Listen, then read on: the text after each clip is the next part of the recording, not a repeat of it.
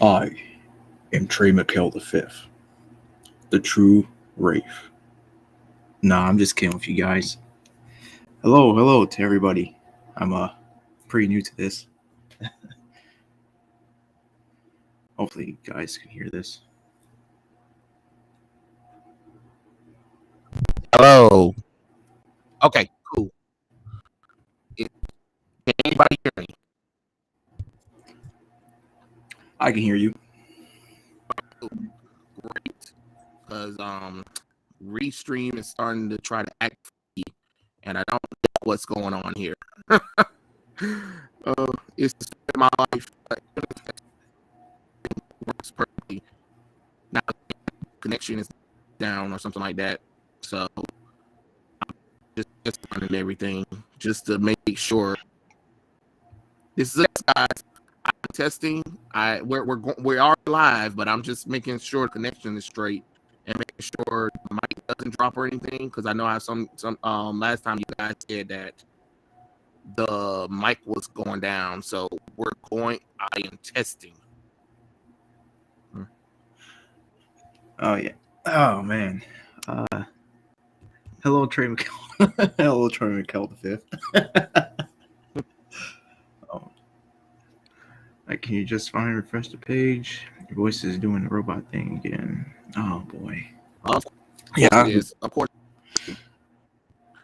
All right, hold on, guys. I'm a refresh and see what's going on. Let me take myself off right quick.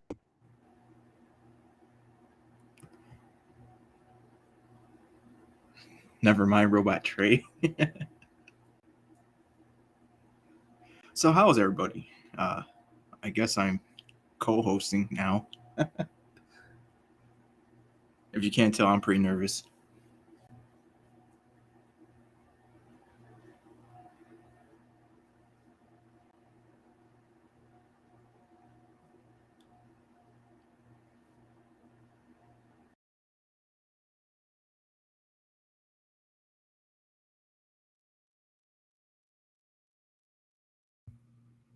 All right.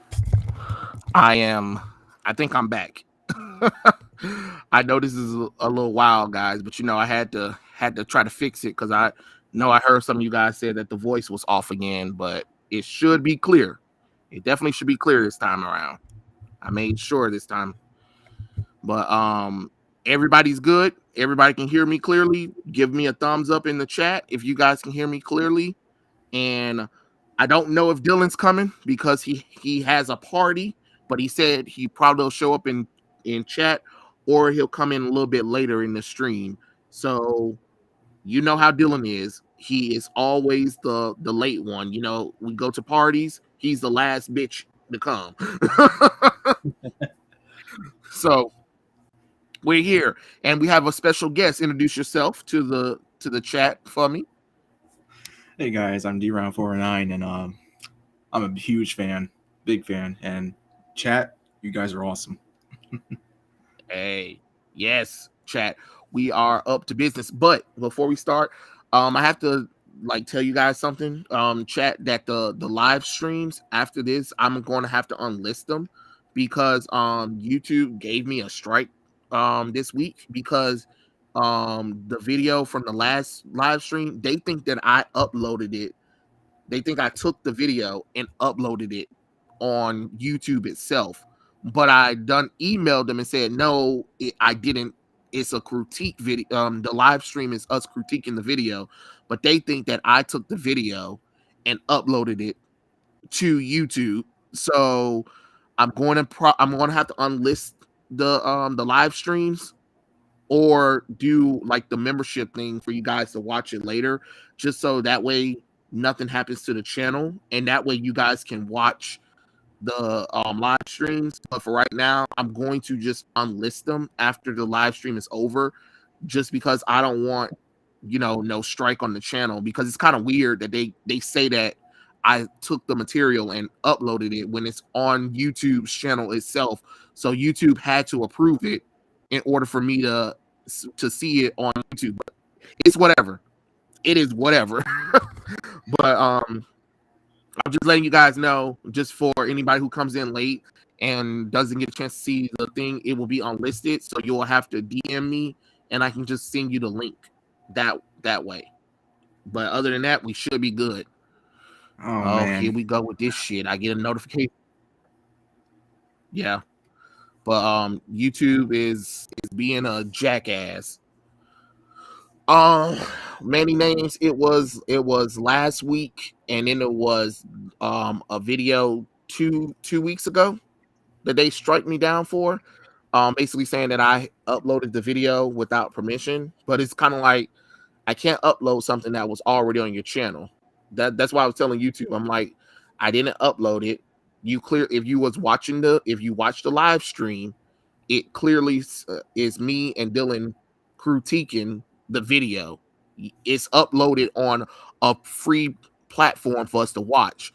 If it wasn't for us to watch, or if it's not for free, why did you approve it to be uploaded? You get what I'm saying? So it's weird with these copyrights, honestly, because it's just like you guys already get money from it being shown anyway, but now y'all just trying to gas gouge all the money from people. If people make videos or critique about it. That's why I'm so hectic to really put time and effort into videos, because I'll be mad if I get strike.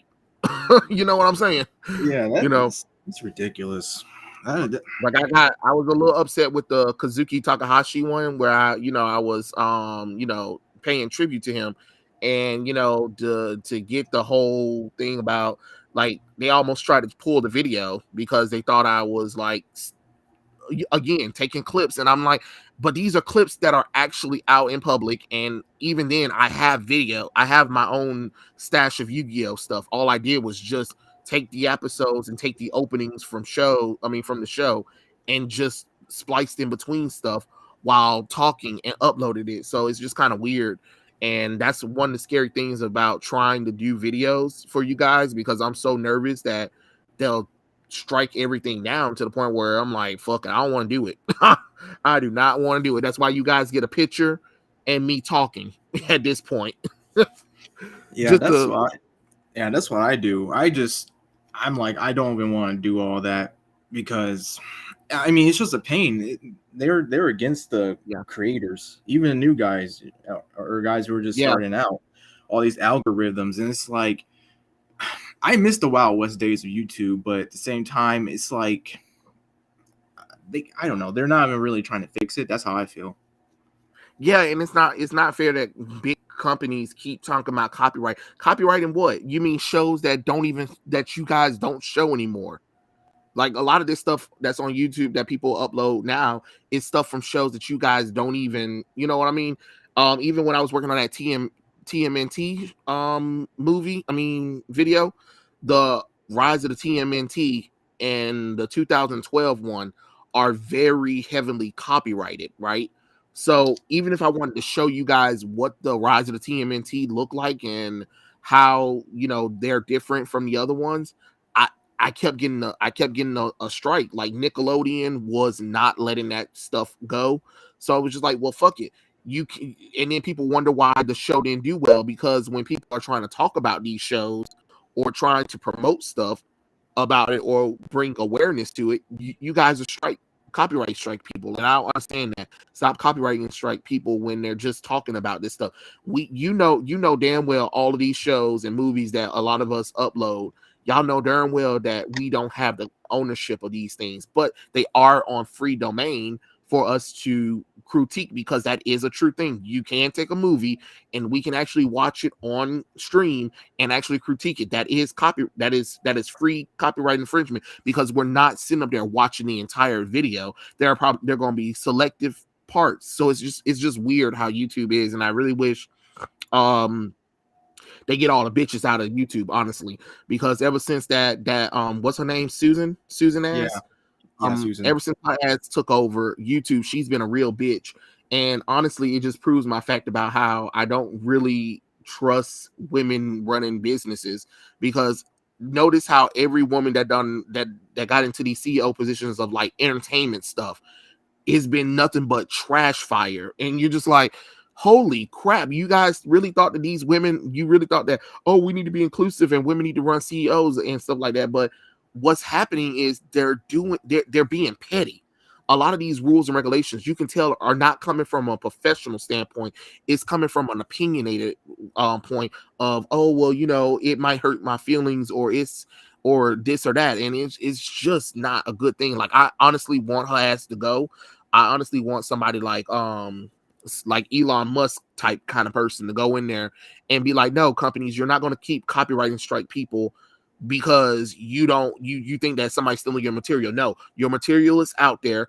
Is the show still on air? No. Okay, then. So guess what? People are allowed to take the shows, movies, or whatever, and they're allowed to splice them and create videos and critique them. That is a true thing. So I don't know why these companies still think that they can copyright strike people. Well, we have the rights to Yu-Gi-Oh, or we have the rights to Justice League. Okay, and what they got to do with anything? You still get your money.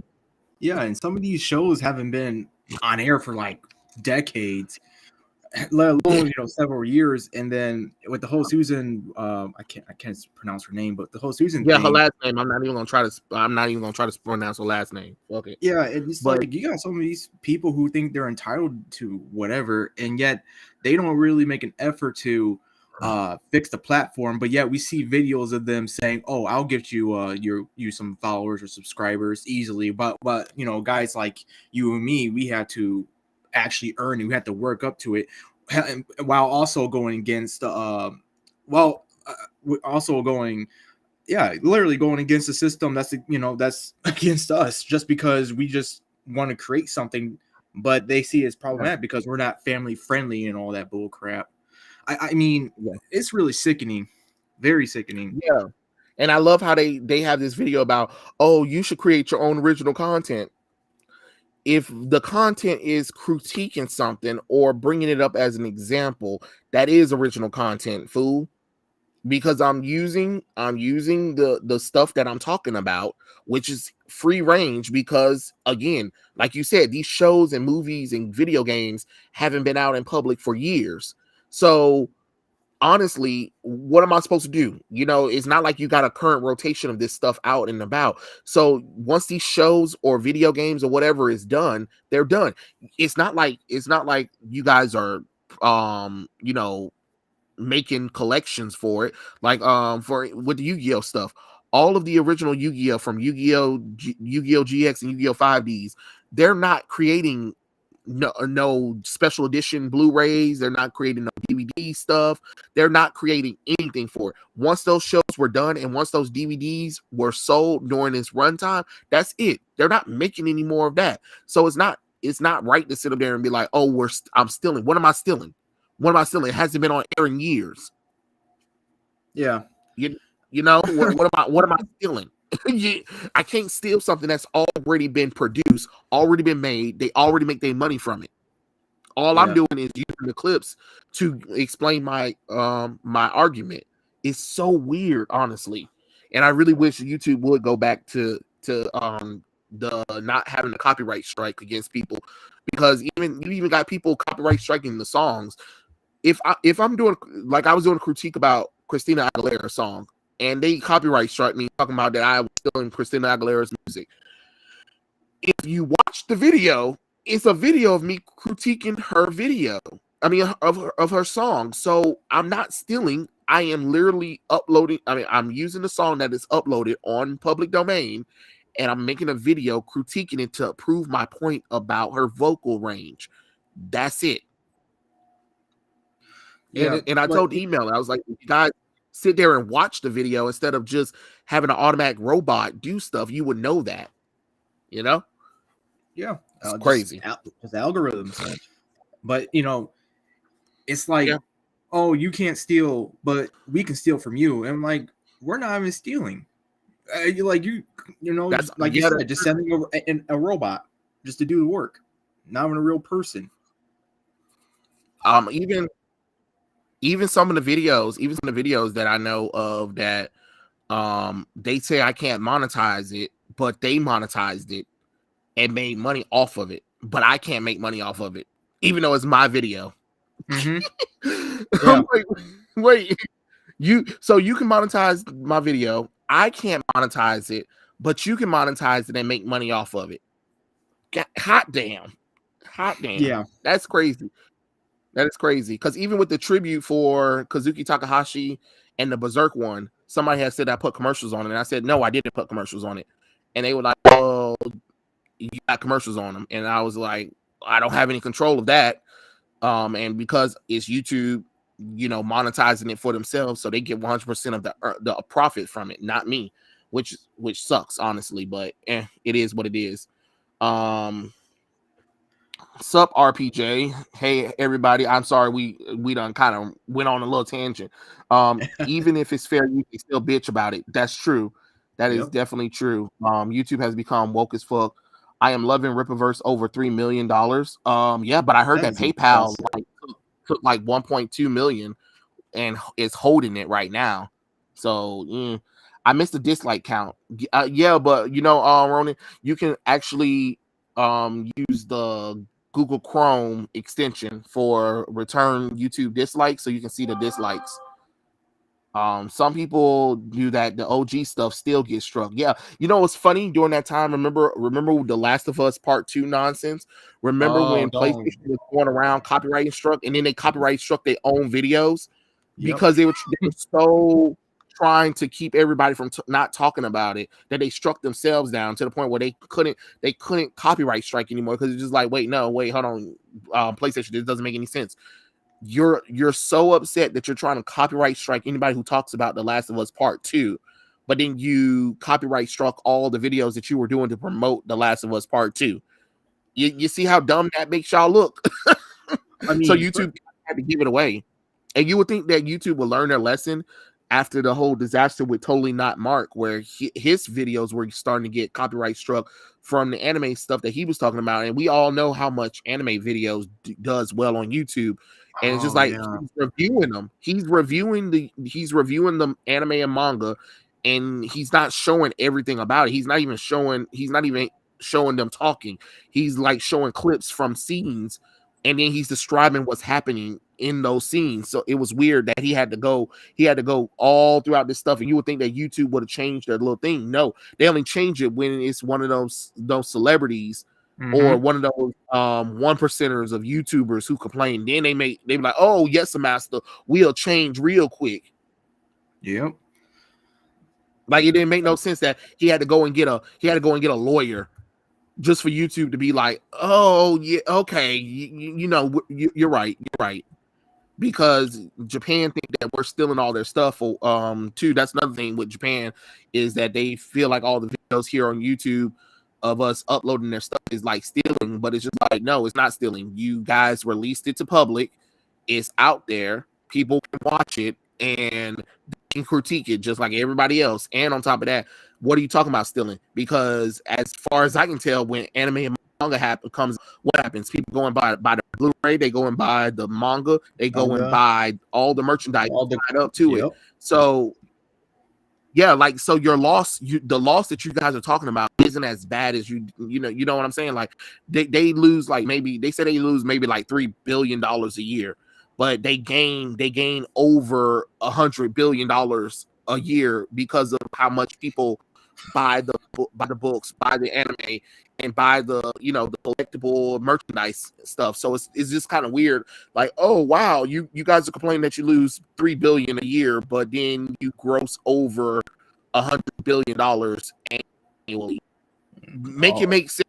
Come on, Japan, pick your battles. Pick your battles just a little bit. Hell, DC and Marvel wish they could make that kind of money. You know what I'm saying? Yeah. Now, it is we know how that's gonna fix itself. But oh yeah, definitely. Ninja Star, and they got the nerve to remaster the game. Like, oh yeah, that's we live in the fast food days of gaming. We really do. Oh my god. Oh my god, that. And then what's so funny is they release a 10-minute clip of Last of Us Part 1, and the fans were livid. They were like, what the fuck is this shit? Like, I'm like, that's The Last of Us Part 1. Everybody thought that it was going to be changed when they call it a remake. They was like, no, all this is an upscale version of The Last of Us. No shit, Sherlock. Like I was telling people, like I was telling people who were like really excited. I was like, for what? For what? I have The Last of Us on PlayStation 3. I have The Last of Us on PlayStation 4. And if I have a PlayStation 5, I can get the PlayStation 5 version of the game. What do I need a version? What do I need to get the remake for? With And a the remake $70 price tag. That's what I'm saying. Like, I'm sorry, anybody who buy The Last of Us Part 1 remake, you're a moron. And I don't feel sorry for you. I think you're an idiot. And I'm just gonna be straight up frank with you. You're stupid. You are honestly stupid because the game literally have been remastered 2 times, less than 10 years. Mm-hmm. This isn't Dragon Ball Z Budokai 1, 2, and 3. This isn't Dragon Ball Z Budokai Tenkaichi 3. This isn't Final Fantasy 7. This isn't what's some other popular goddamn video games. I'm drawing blanks right now. This isn't GoldenEye. This isn't what was it? That Donald Duck game on which that was a good game. I forgot the name of it, but it's not like it's those kind of games where we haven't seen. Like, honestly, if you really want to do something, PlayStation, Sony, if you're listening, Sony, remake and re-release all of your games on PlayStation 2. When I tell you the PlayStation 2 era had the best games of all consoles, re-upload them, re-release them. I don't care how you have to do them. Give them an update, whatever. I don't care. I honestly do not care how you do it. But there are too many good PlayStation 2 games that are lost. And I'm mad that I gave my PlayStation 2 away. I mean, I sold it, but still, I sold it with the games because I was like, oh, the PlayStation 3, it'll be able to play the PlayStation 2 disc. But then when I found out it couldn't, and I just didn't even think about it, time to keep it. But man, like all of the DC and Marvel superhero games that were on PlayStation 2, like, hello, re-release them. I don't care about the right. I understand there are rights issues and all that bullshit, but honestly, you got too many good games that are sitting on the PlayStation 2 console. I'm sorry, that deserve a remake over The Last of Us Part 1. And honestly, after Last of Us Part 2, I don't never want to deal with The Last of Us at all ever again. Honestly, I don't want to deal with that what they company did, ever again. what they did with Joel, what they did to Ellie. Honestly, what they did to both characters was just disrespectful. Honestly, to me, as a thing go down like that.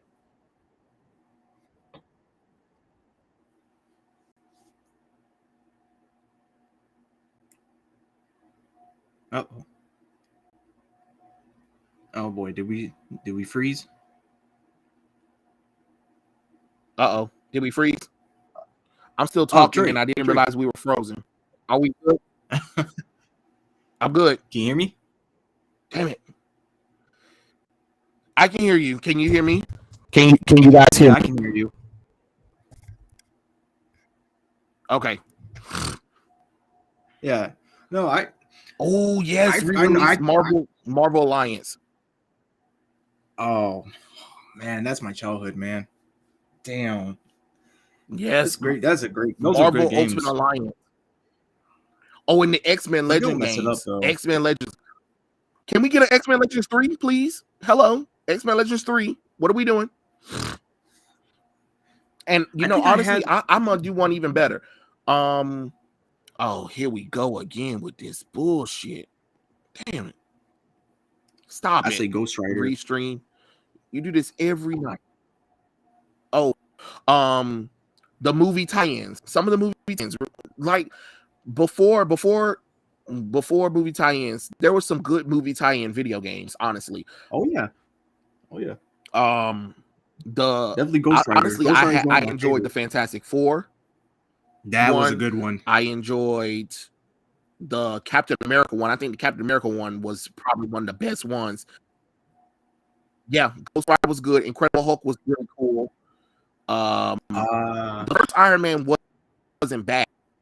It was all right.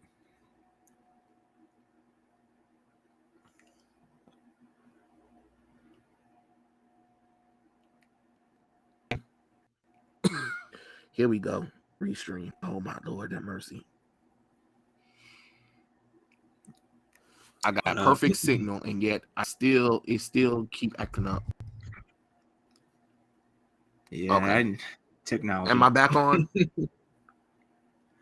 Yeah, I can hear you. I'm trying to tell you. The only one I didn't play is Ultimate Alliance 3 because Nintendo done lost their mind if they think I'm about to pay $60 for that game. I'm not. I want to play Ultimate Alliance 3, but I can't pay $60 for it. Honestly, I'm not paying $60 for it. What's up with Ultimate Alliance 3? I haven't been keeping up with that damn thing, to be honest. Well, it's only for Switch. For some reason, I guess they couldn't release the game nowhere else. So I guess Nintendo got exclusive rights to Marvel Ultimate Alliance 3.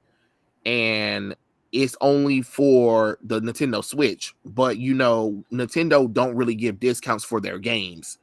So most of the games are just $60 straight up. And that's it. What? And I'm like, damn it. Yeah. I want to play it, but I'm just not paying $60 for it. Because to me, it's not worth $60 because I've seen the game, but I'm not. No, thanks. I'm not paying that. I'm not paying no 60. I'm not paying no goddamn $60 for that game. The only way I'm paying $60 too. Yeah, and I want to get Bayonetta. I want to get Bayonetta 2 and 3 because but again, it's just like I'm not paying $60. Like that's the only thing I hate about Nintendo. But I have a Switch. I do love the Switch, but it's just the price of the video games. It's kind of like, come on, Nintendo, you can bring them down just a little bit. Come on. Yeah, it's like Activision with Call of Duty games. Why the hell is Ghost Call of Duty Ghost still like $60 or $100 if you get that gold or platinum edition, wherever the hell it is? I'm like, dude. Yeah. Like the only thing from Nintendo that I accept will never go down is I accepted the Zelda the Legend of Zelda games. I accepted the Sonic games. I accepted the Mario, and I accepted Pokemon. I accepted those because those are Nintendo exclusive things. Nintendo has the rights to those. That's understandable. But everything else outside of that, nah, you can miss me with that. I'm not paying $60 for Bayonetta 2. I'm not paying $60 for Bayonetta 3. I'm not paying $60 for The World Ends With You. I'm not paying $60 for the Resident Evil games. You know what I'm saying? Like, yeah. Assassin's Creed game. I'm not paying $60 for Marvel Ultimate Alliance. I'm not paying $60 for those games. You lost your raggedy ass minds if y'all think that. No. Now it can be $60 when it first comes out, but if we on the third or fourth year, I shouldn't be walking into GameStop or Target and Walmart and that thing still say $60, and then y'all wonder why they ain't selling. Come on now. Like I said, I give them the Pokemon, the Zelda, the Mario, and the Sonic stuff because Nintendo did create them. Well, Nintendo brought Sega, but that's not the point near here and there. But I will accept the $60 for them. I understand those games never go down. Oh, and Metro never goes down either. I accept that. I'm just not going to accept the other games that are on the console when I can go to PlayStation or Xbox or PC and get them a little bit cheaper. Yeah, I mean, those... I'm sorry. I saw everybody talking about Marvel Ultimate Alliance 3. Yeah, it was a cheap cash grab to tie into the Infinity Saga because they do have the Infinity Gems storyline around it. So yeah, you're definitely going to be dealing with the Infinity Saga with Marvel Ultimate Alliance 3. That's what it was there for. Really? Didn't they do that with Marvel vs. Capcom Infinite as well? Yeah, and you saw Marvel vs. Capcom Infinite killed the franchise because they took away all the characters that Fox owned at the time because Disney wanted to be little bitches. They were like, no, we can't promote the X-Men and Fantastic Four or other characters from Universal because you can't have the Hulk neither because Universal has that right too. And I'm just like, oh my fucking God, get out of here with this. People need to understand that back in the day, Marvel was going through bankruptcy, which means Marvel had to sell off some of their assets to characters. Mm-hmm. I'm sorry that y'all don't like it, but that's just how it is. It's just business. And then it's kind of funny that people were like, "Oh, these companies need to give Marvel back their characters." Why? They paid for them fair and square. Hello, I mean, if they didn't pay for it, you know, the Marvel Cinematic Universe wouldn't be around, or you know, all of these other characters, you know, Marvel wouldn't be around themselves, because Marvel was literally on the verge of closing up. And for them to go to bankruptcy twice, say what you want about DC, but DC ain't never been on bankruptcy twice. You know, I didn't they know it got was on sold. twice. Yeah, DC got sold, but that's only later down the way. Yeah. It took a long time before DC even is failing, and even then, DC still have all the rights to their characters, unlike Marvel.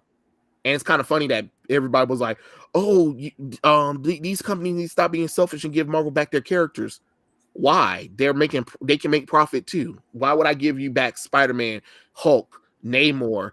You know what I'm saying? Like, people have to understand, even She-Hulk, they have to pay Universal for that, because Universal owns the rights to the Hulk and Namor, the Submariner. So since those characters are showing up, that means that they have to team up with, you know, Universal in order to you know, do this kind of stuff. You know, it's crazy. It is crazy. And the same thing with Spider-Man. It was the same thing with Fox too. It's just business. Why would I give these characters back that I paid for fair and square? I'm just trying to figure out who's that. I'm sorry. I'm just trying to figure out who's making that argument. Like, do you not realize that? Oh, I'm sorry. You know, the MCU fans. I'm sorry. Oh, I'm sorry. The MCU fans, they're making that argument. That's the argument. Because they don't know. They don't know any better. They don't know how business works. And they think that if Marvel has all their characters, it'll work. But as you can tell, the characters that they are getting back now, they've been screwing them up. You know? Yeah. Like, what's going on? Like, what's going on with Spider-Man? I heard about the San Diego Comic-Con bullshit with Spider-Man, and all of that doesn't make any kind of doesn't even make any kind of sense. Hold on, I got a bot in here. We are not doing. Oh no. Oh boy. There we go. It's blocked. Yep.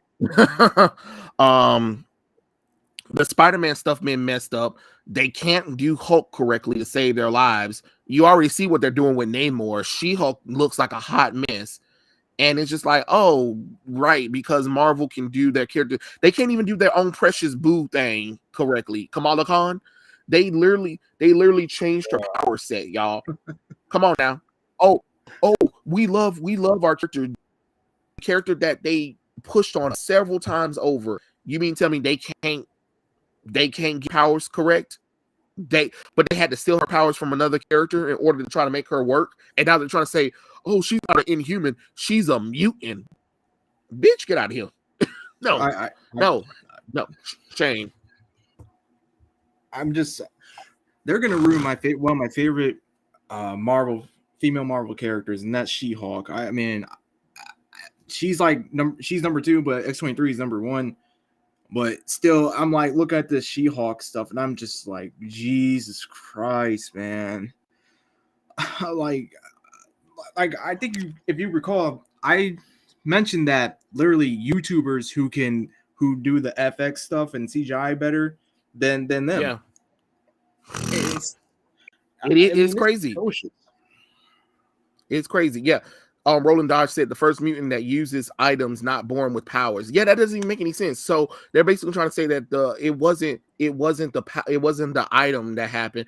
It was something in her DNA. No, that's not how mutation work, you morons. That's not how any of this works. When a mutant hits puberty, that's when their powers start, which means their powers usually start either when they're 13 or between 13 and 16. And then if they don't start their powers yet, another way of how they start their powers is they have to be under duress and stress. They have to be under extreme stress in order for their powers to kick in. Like with Jean Grey, her best friend died. That was a traumatic event, which unlocked her powers.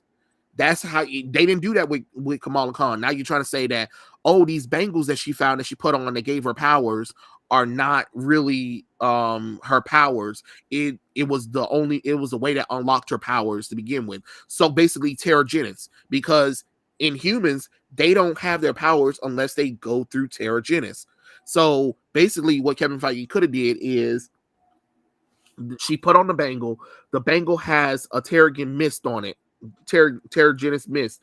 She inhaled it, it gave her powers.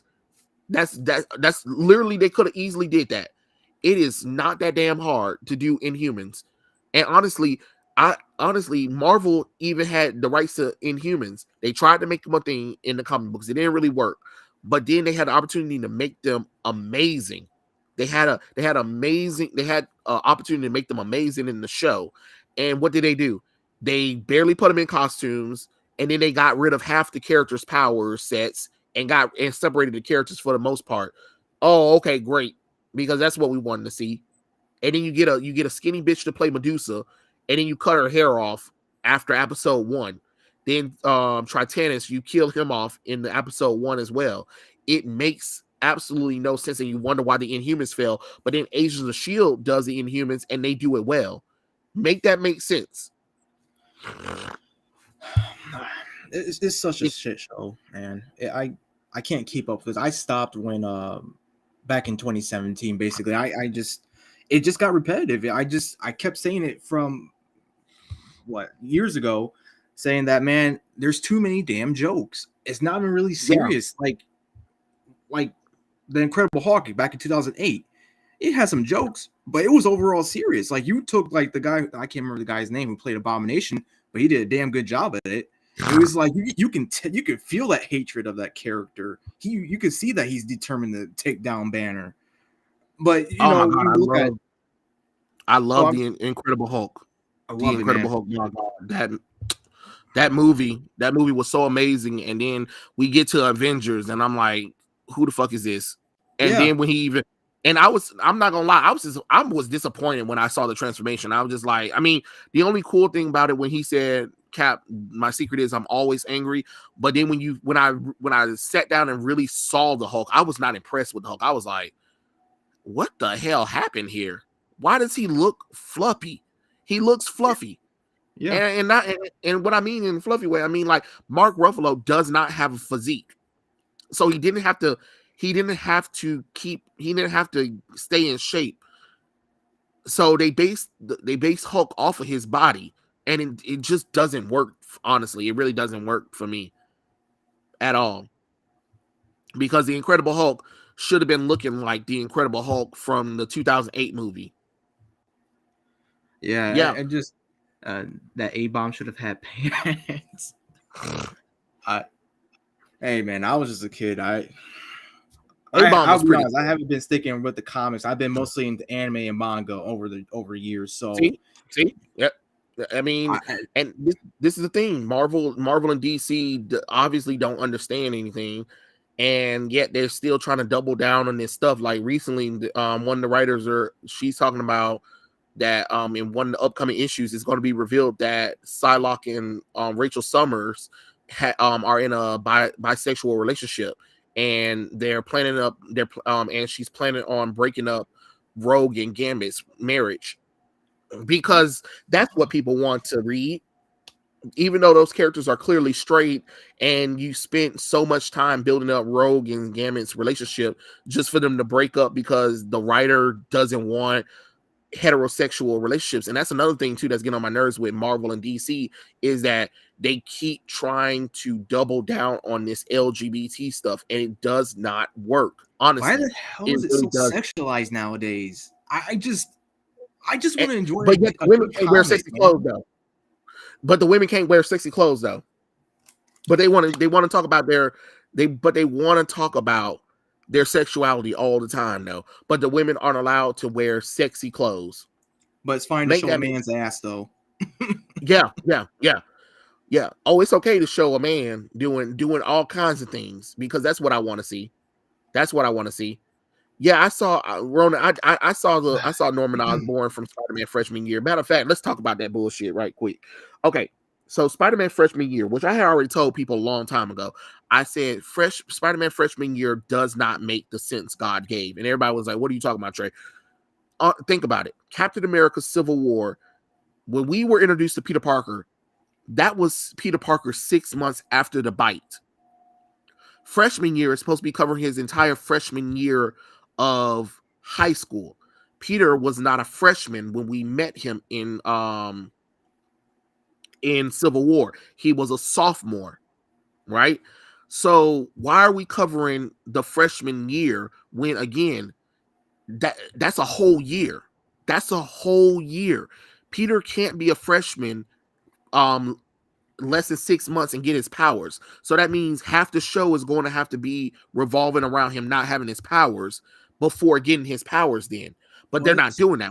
What's going to happen is he's going to have his powers at the beginning of the episode. I mean, of the first episode. So then it's not 6 months though. So then therefore either Peter's lying or freshman year is lying. And let's be honest, freshman year is lying, because even in the movies, it's stated that Peter, there's no such thing as Oscorp or Norman Osborn or Harry Osborn or Dr. Octavius. So why are these characters now showing up in a prequel series that's supposed to be tied into the MCU?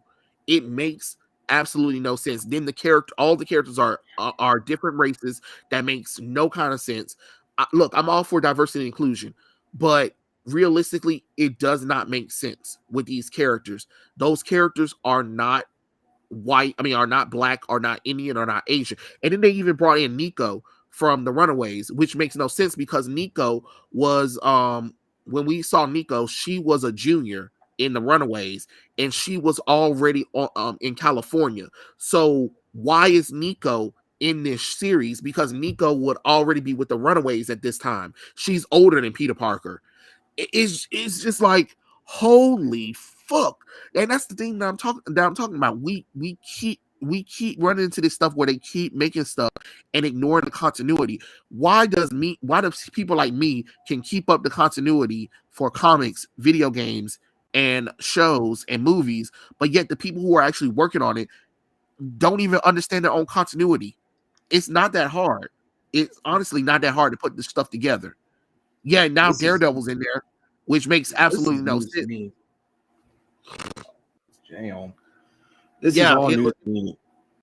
They just dropped it this week. They dropped it today, and then the X-Men 97 show is supposed to pick up right after the events of the original X-Men series, and Magneto is supposed to be leading the team, which of course, because Charles Xavier went with Leandra at the end of the X-Men original series. So I guess he's changed his mind about being a bad guy. I doubt that it's going to be a good show because a lot of them talking about we have to bring in today's changes. So get ready for the X-Men 97 to be full of 2022 things. And I wouldn't be surprised if somebody be like, my name is so-and-so and I'm she, her, or they, them. And I'm just like, oh, fuck off with that shit. Honestly, God, I'm not even gonna lie. If anybody ever introduced themselves to me like that, I probably would have forgot myself and I probably would have punched you in your face. We're not playing this game with me. Don't you ever come up to me and be like, oh, my name is so and so and I'm he, they. But you be a bigot though, man. You can't be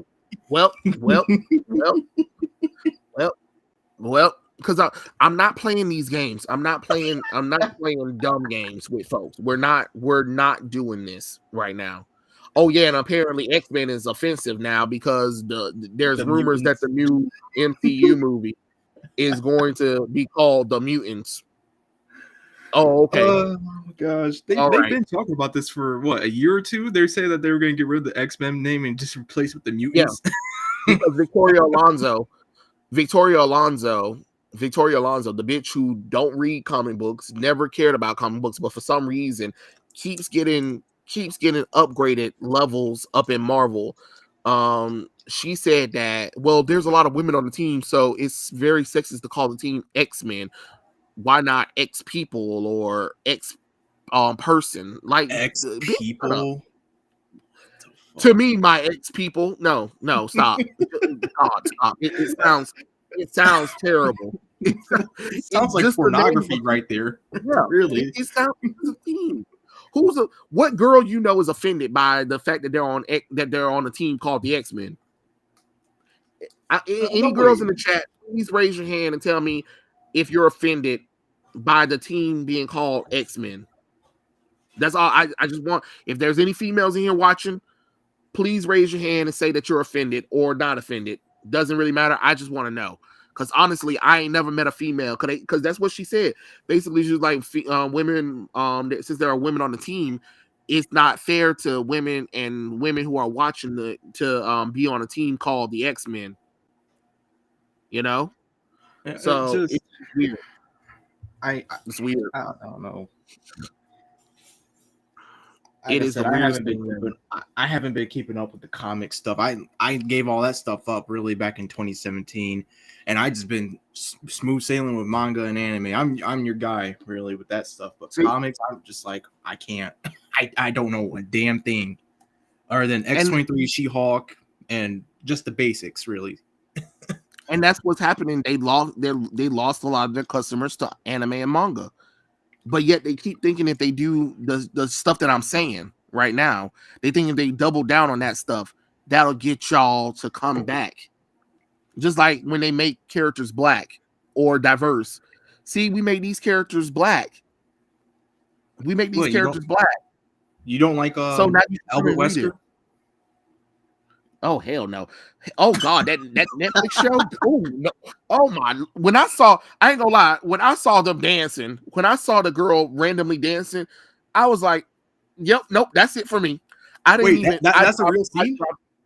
Yes, it's a real scene. I really wish I could, but I am so afraid of getting copyright strike right now. But it's a scene where one of the black character, the black girl up in there, which makes no sense because she's supposed to be a white character, but whatever.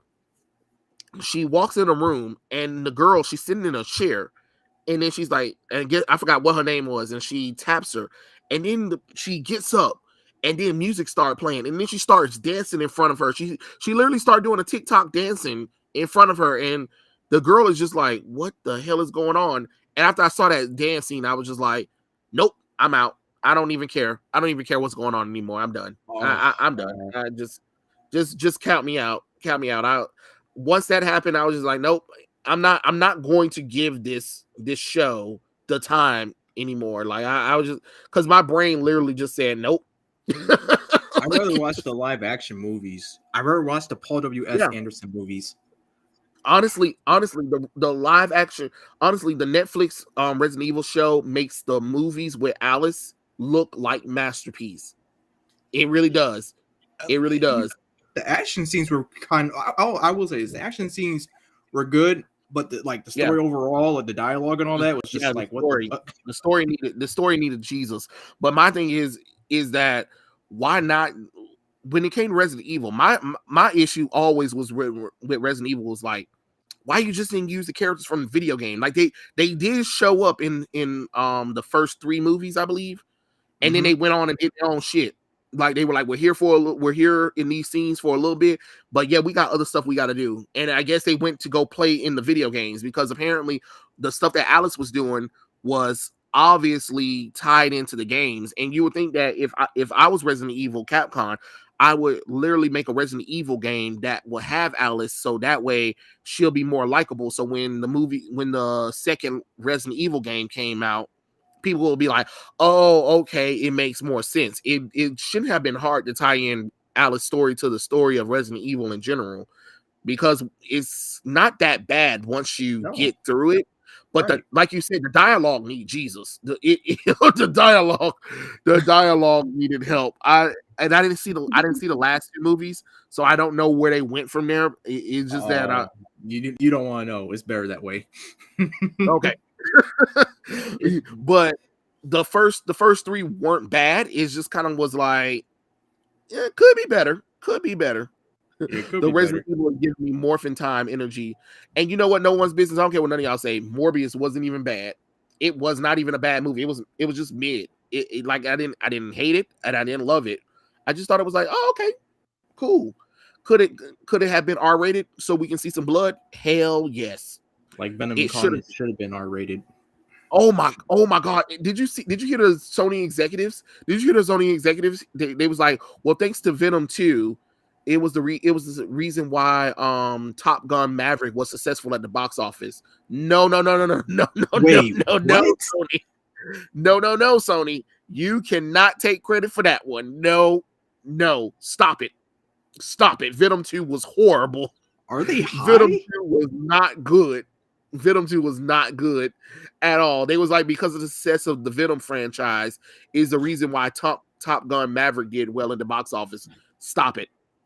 What the hell? And Lies. Rolling Dodge, hear about Princess Leia being censored. Yeah, that was. Yeah, I saw it. They've been doing that for a while, though. They do not want her to be sexy at all. They do not want that character to be sexy at all. Sony needs to take several seats. They sure do. They sure as hell do. But hey, it is what it is with that one. Yeah, that.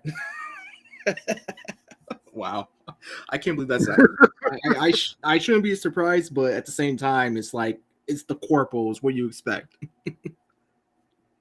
Anybody that's coming in the chat, hi everybody. We're here. We have a special guest, and Dylan might be coming, but Dylan. Y'all already know Dylan at this point. Dylan, he's gonna be tardy for the party. And if any of you guys know that reference, you guys are old, just like I am. Speaking of Sony, you see the production pics for Madam Web. Oh, I don't want to talk about Madam Web. No, Ronan, what? Wait, there are production pictures. You know what? I didn't know. Let's see, 1K. Oh, Keely says congratulations on passing 1K subscribers. Hey, nice. I don't know. It just says that I got 1K followers, so I didn't know I passed that number. But thank you for everyone that has followed me and all that kind of stuff. And yes, I am doing. I can be monetized. That's pretty cool. And stuff like that. Yeah. Now I gotta make sure I gotta private the live streams though after this, because I don't want this channel to get strike because of nonsense from YouTube, because YouTube like to lie a lot. Yo, what up, people? What's going on, Black Knight 81? Yes, Avengers, Marvel Ultimate Alliance 3 is a soulless cash grab. That is definitely true. I hate Miss Marvel, honestly. That's true. Have I thought about Patreon? Actually, I never really thought about Patreon, Ronan, but maybe I might need to. I know they're a bit kind of weird with that stuff. It's just like, for me, I want to know what I should do for it, for the Patreon thing. Like, what should I give? I mean, I could do prints of drawings that I do, and maybe create some like stickers or something like that. I mean, if you guys think that it's really cool, honestly, let me know, because I want to hear from you guys, because I don't want to make something that you guys don't like. I'm not going to be one of those people that are going to be like, I'm going to make whatever I want for you guys. You guys are going to have to suck it up and like it. No, wait, wait, that's real too? The Zootopia porno? That's real? The RE thing? Oh, I have no idea. But I wouldn't be surprised, because Ironheart was a porn before Marvel actually created the character. There was a porno called Ironheart, and people were like, Marvel, did you guys not think about this? Oh no! Like, honest to God, it is literally a porno called Ironheart, and it's an Iron Man. It's an Asian woman in this Iron Man suit, which kudos for the Iron Man suit, but it's shaped in the body of a female, and of course the iron pieces get taken off of her, and I gotta watch this. You know what happens. It already sounds a lot better than Marvel shit. I was like, Marvel, what were you guys thinking? Everybody was like, did you just name Riri Williams after a porn? After a porn movie? Oh Lord. Marvel's Oh my freshman year is gosh. possibly an S-World story. I hope so, Kyle. I hope so because Spider-Man freshman year don't make the sense God gave.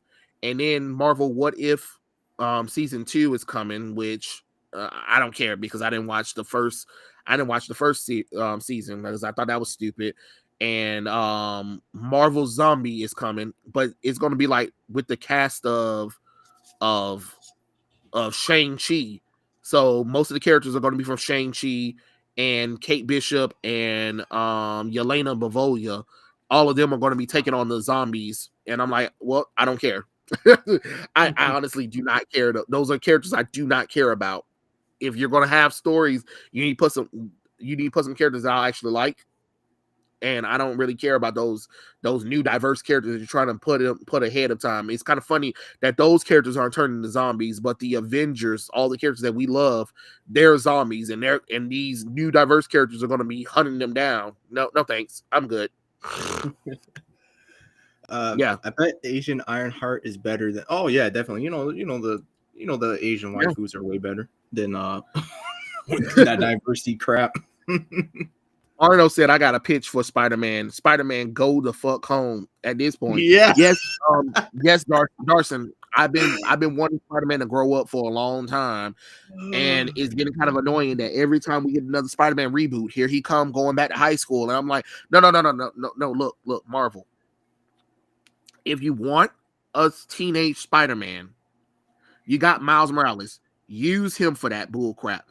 But honestly, Peter Parker, I'm over Peter being in high school. He too damn old for this. Like when the first Spider-Man, all of the Spider-Man animated series, Peter was in college by then. Stan Lee and Jack Kirby, I mean not Jack Kirby, but Stan Lee and Jesus Christ, Steve Ditko did not keep Peter in high school that long. Y'all need to let this high school phase of Peter Parker go. He was in college for most of his time that they were working before he even became an adult. And if you're not going to have him in college, then you need to move him into adulthood. Because I'm sick of teenage Spider-Man. I am. I'm honest to God tired of it. We have Like, seen boy been in high school forever. And my thing is, the MCU Spider-Man is literally Miles Morales. He is not even Peter Parker. He is Peter Parker in name only. His traits and everything about him is Miles Morales. You know how everybody want to be like, oh, Miles Morales is just a knockoff of Peter Parker. No. The MCU Spider-Man is literally Miles Morales, just with Peter Parker's skin. He goes to a Brooklyn Academy. That's what the school that Miles goes to. He has diverse friends and he has an Asian sidekick. Now those are Miles' friends. He's dating a goth weird girl. Again, Miles Morales. You get what I'm saying? He lives in an apartment complex. Miles Morales. Everything that everybody claim, people who say that I hate Miles Morales or whatever. No, you don't hate Miles Morales because you've been watching Miles Morales the whole time. He's unsure of himself. Everybody knows who his secret identity is freely. That is mistakes that Miles made, and you guys will know that if anybody been reading Miles Morales comic books. Not that I'm throwing shade or anything, but it's just kind of like when everybody always want to try to listen to people who say they hate Miles Morales. I'm like, you do realize you like the MCU Spider-Man, right? Everybody who says yes to me, and I'll be like, okay, then you like Miles Morales. You like Miles Morales because everything that the MCU Spider-Man has went through is stuff that Miles Morales been through. Because Peter doesn't trust S.H.I.E.L.D. like that. He wouldn't have been working with them, and he wouldn't have been freely working with Iron Man neither. right. That was Miles Morales' thing. With a little bit of Peter Parker, but for the most part, it's Miles Morales in spirit, just with Peter Parker is taking over instead. Honestly. I'll be honest. The whole Miles Morales thing, I really hate. I mean, I guess he's like one of the best out of like those. I can't remember those other characters' names, but I mean, Yeah. it's still like subpar. It's like how many we have so many other Spider-Man. Why do we need another Spider-Man? why can't we, do something original? And then I'm like, oh yeah, that's right. You guys are What, out of what's ideas. You crazy can't about really that one? create. Yeah, what's crazy about that one is Miles was in another universe, right? And Mm-hmm. then he brought over to the main continuity. And what's happening is, think about it. Miles was successful. Yes, he did kind of ride on the coattails of being Spider-Man, right? But he did go through the character change of like, oh, here's a legacy of a character. Here's a character who's not for sure, don't think he deserves to be Spider-Man, but realize that he has to step up because there's nobody else who's going to step up. You know, he went through the hero struggle. He earned the right to be Spider-Man or whatever. And honestly, if you really think about it, common sense would say that we're in the Marvel universe, right? Right. You can tell me ain't nobody thought about trying to figure out how to duplicate Spider-Man's powers, really? But and I'm not talking about the clones. Clones don't count. We're not talking about clones. The clone stuff, I'm not counting that. I'm talking about in general. You mean tell me ain't nobody in the main continuity ever thought about like, how do we duplicate Spider-Man's powers, right? So it only made sense that eventually we were going to get a teenage version of Spider-Man. Eventually, that was kind of, if anybody said that they didn't think that was going to happen, obviously you haven't been paying attention to legacies. It was going to happen. There was going to be a teenage version of Peter Parker coming eventually. They just did it in another universe, and because he was popular enough, they brought him into the main continuity. He's just written terrible now. They act like they forgot everything that happened with Miles in the Ultimate Universe, and they were like, we don't know what to do with him now. Hey, let's give him Peter Parker storylines. No, don't give him Peter Parker storylines. Give him his own storylines like you did before. I don't understand why Marvel creators do that. You claim that you're all for diversity or inclusion or whatever, but then you're going to give Miles Morales the Spider-Man stories that we didn't like, and then you wonder why people don't like Miles Morales. Then you But I give him a don't. what if series. You give him a what if series where he's every other character, and then you get racist with it again. What are you Yeah. doing? What are you doing? Then you drag Miles Morales as the leader, sort of like the leader of the all new, all different. Because the reason why we got all new, all different is because Miles Morales was successful. If Miles wasn't successful, we wouldn't have got all new, all different. And what Marvel looked at, they looked at the formula of Miles Morales. They was like, well, Miles works. Now, how can we get it to work for everything else? Because remember, as soon as they brought Miles over to the main continuity, that's when we got all of those unnecessary race change for characters. That's when all these diverse characters done popped up to replace the regular characters, all of that stuff, because they were trying to strike lightning twice. You can't strike lightning twice and get the same results. Miles was a fluke. Honestly, Miles was a fluke. I'm not even going to sit up here and lie. I'm not saying that it wasn't possible for Miles Morales to be successful, but what I'm saying is he was a fluke. He was that lightning rod that you was like, wow, we got success with that one. And for a long time, people didn't mind Miles Morales. It was just when they brought him into the main continuity, and then they brought him in, and then at the same time, Marvel was like, let's change all of the characters. And then it kind of drug Miles into that mess. And it just kind of sucks, honestly, because I feel like the character didn't deserve that because he already proved himself. The other characters are the ones that didn't prove themselves. All of those other characters came out of nowhere and literally replaced all the main characters without even going through the trials and tribulations that Miles went through.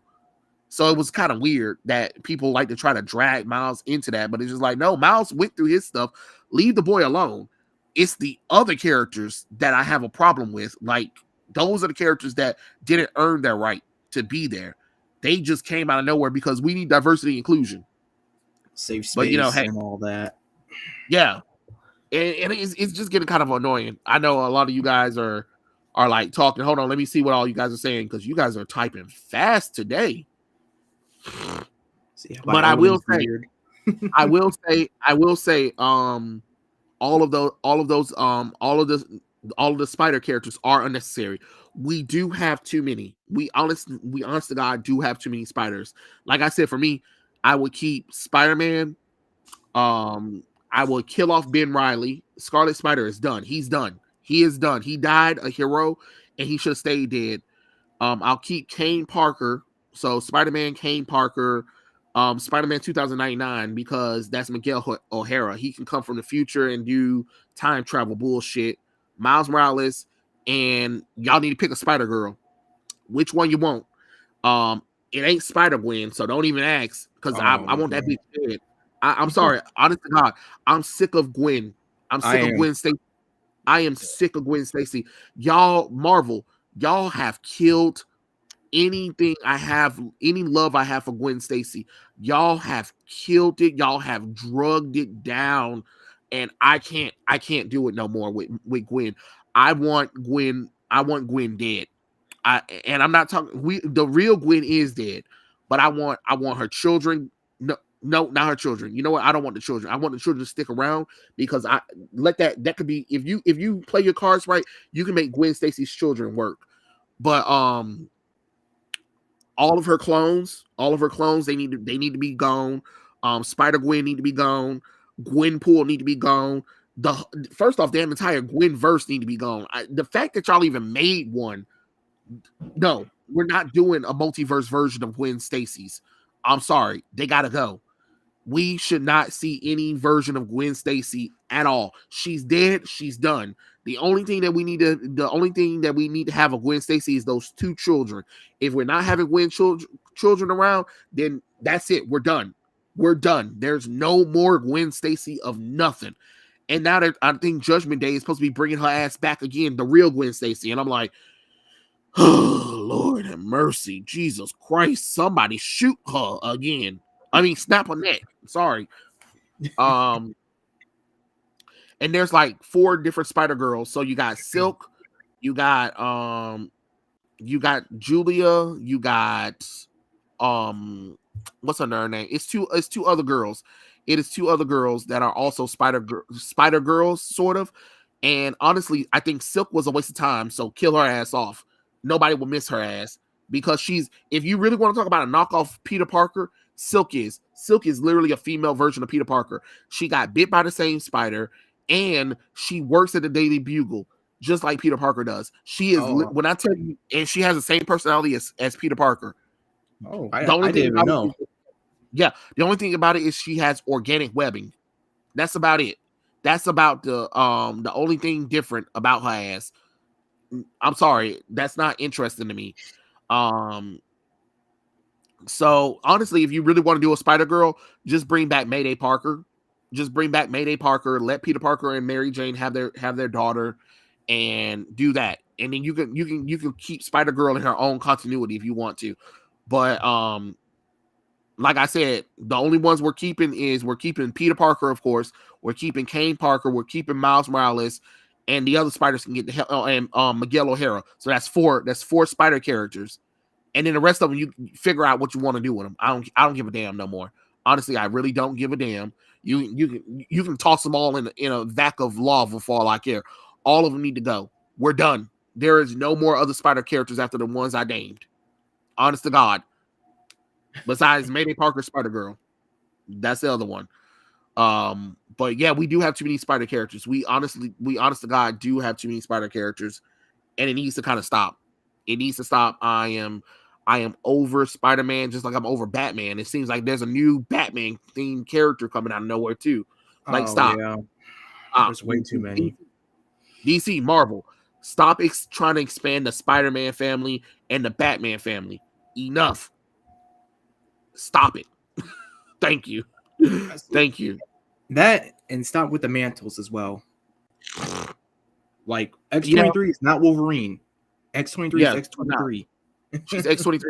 But I think the reason why they did that, because I think, again, Victoria Alonso, she's a woman that works there, was saying, well, I think X-23 is offensive because of everything that she went through. She kept that name to remind herself of everything that she went through and how she triumphed over it. You moron. If you read the X-23 book, you would know that. Yeah, you would know that. Yeah. You would know this. Yeah, of course you don't. Yeah, I mean, I don't want to talk about that because I'll just get angry. That's like I said, that's like now numero uno right there. Ever since Oh they yeah, I forgot introduced about. her, Yep, Spider-Woman. I forgot about Spider-Woman. Spider-Woman can stay. Spider-Woman can stay because she's not bad. Jessica Drew's not bad. So I'll let you I forgot about that one. bring back Okay, the real Spider Miss Marvel. yes, I heard about I read the Dark Crisis Young Justice bullshit by Megan Fitzpatrick. That's the bitch who made Tim Drake bisexual with a hoe ass What bitch. the? Yeah, apparently Tim Drake broke up with his girlfriend off screen after DC worked their way to get them back together. Then they did a story in a backup comic book called Batman Urban Legend, and Barbara Gordon was like, "Tim, you've been acting strange lately." He was like, "No, it's just that I'm going through a lot." And she was like, "You can tell us and stuff like that. Does it have anything to do with your breakup between you and Stephanie?" I'm not talking about my ex-girlfriend, Barbara. And I'm like, "Are you fucking kidding me?" Then they brought back Bernard ass from the Robin solo run. And they decided to meet up, and they was like, well, we haven't seen each other in a long time and stuff like that. I thought we should, talk or whatever. And then Bernard gets kidnapped. Robin goes after whoever kidnaps him. They fight or whatever and stuff like that. Apparently, Bernard can fight all of a sudden, even though that doesn't make any logical sense. But I digress. Then Tim goes to Bernard's house, and then Bernard confesses his feelings for Tim, and he was like, the reason why I had asked you is because I really wanted to, try to make it work, and I want to ask you out. And then Tim was like, well, I don't really know what my feelings are, but I would like to try it with you. And I'm like, oh, for fuck's sakes. Oh, for fuck's sakes. That's what I'm saying. They take characters who've been predominantly straight, who has 500 damn girlfriends, and they were like, hey, let's make them gay or bisexual, they claim. They did the same thing with Superman, Son of Kal-El. They did John Kent. All of a sudden, they aged him up, and then they aged him up just to make him LGBT. And I'm like, okay, all right. Jesus Christ. Yeah, And then they wonder why people walk away from this stuff. Yeah, all I gotta say with all that is just, I mean, the storytelling. I know I'm repeating myself here, but it's true. The storytelling is shit. I haven't been interested in Marvel product, or I've been more, and I'm a Marvel guy. I used to be a big Marvel guy. Hell, I still have one of the old Marvel posters before they changed it up and everything. But I find myself liking DC more than Marvel, and I never thought that like I would ever start liking Batman. I didn't even like Batman. I liked some of the shows back in the day, but I never considered myself a fan of Batman. I mean, right. And even then, that's getting crazy too. Yeah, honestly. yeah. And it just makes absolutely no kind of sense.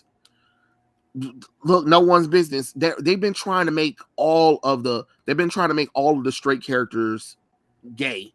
So at this point, all of the characters are going to be gay. I mean LGBT, honestly. And with that, I just don't have any interest in it. I honestly don't. And then I hate when people always be like, "What's your problem with LGBT people? Why you hate LGBT people?" No, I don't hate LGBT people. I never said that. But you have to understand that they're a minority. And every month, it seems like we're getting more and more LGBT characters coming out of nowhere. All characters who have been predominantly straight are all of a sudden LGBT.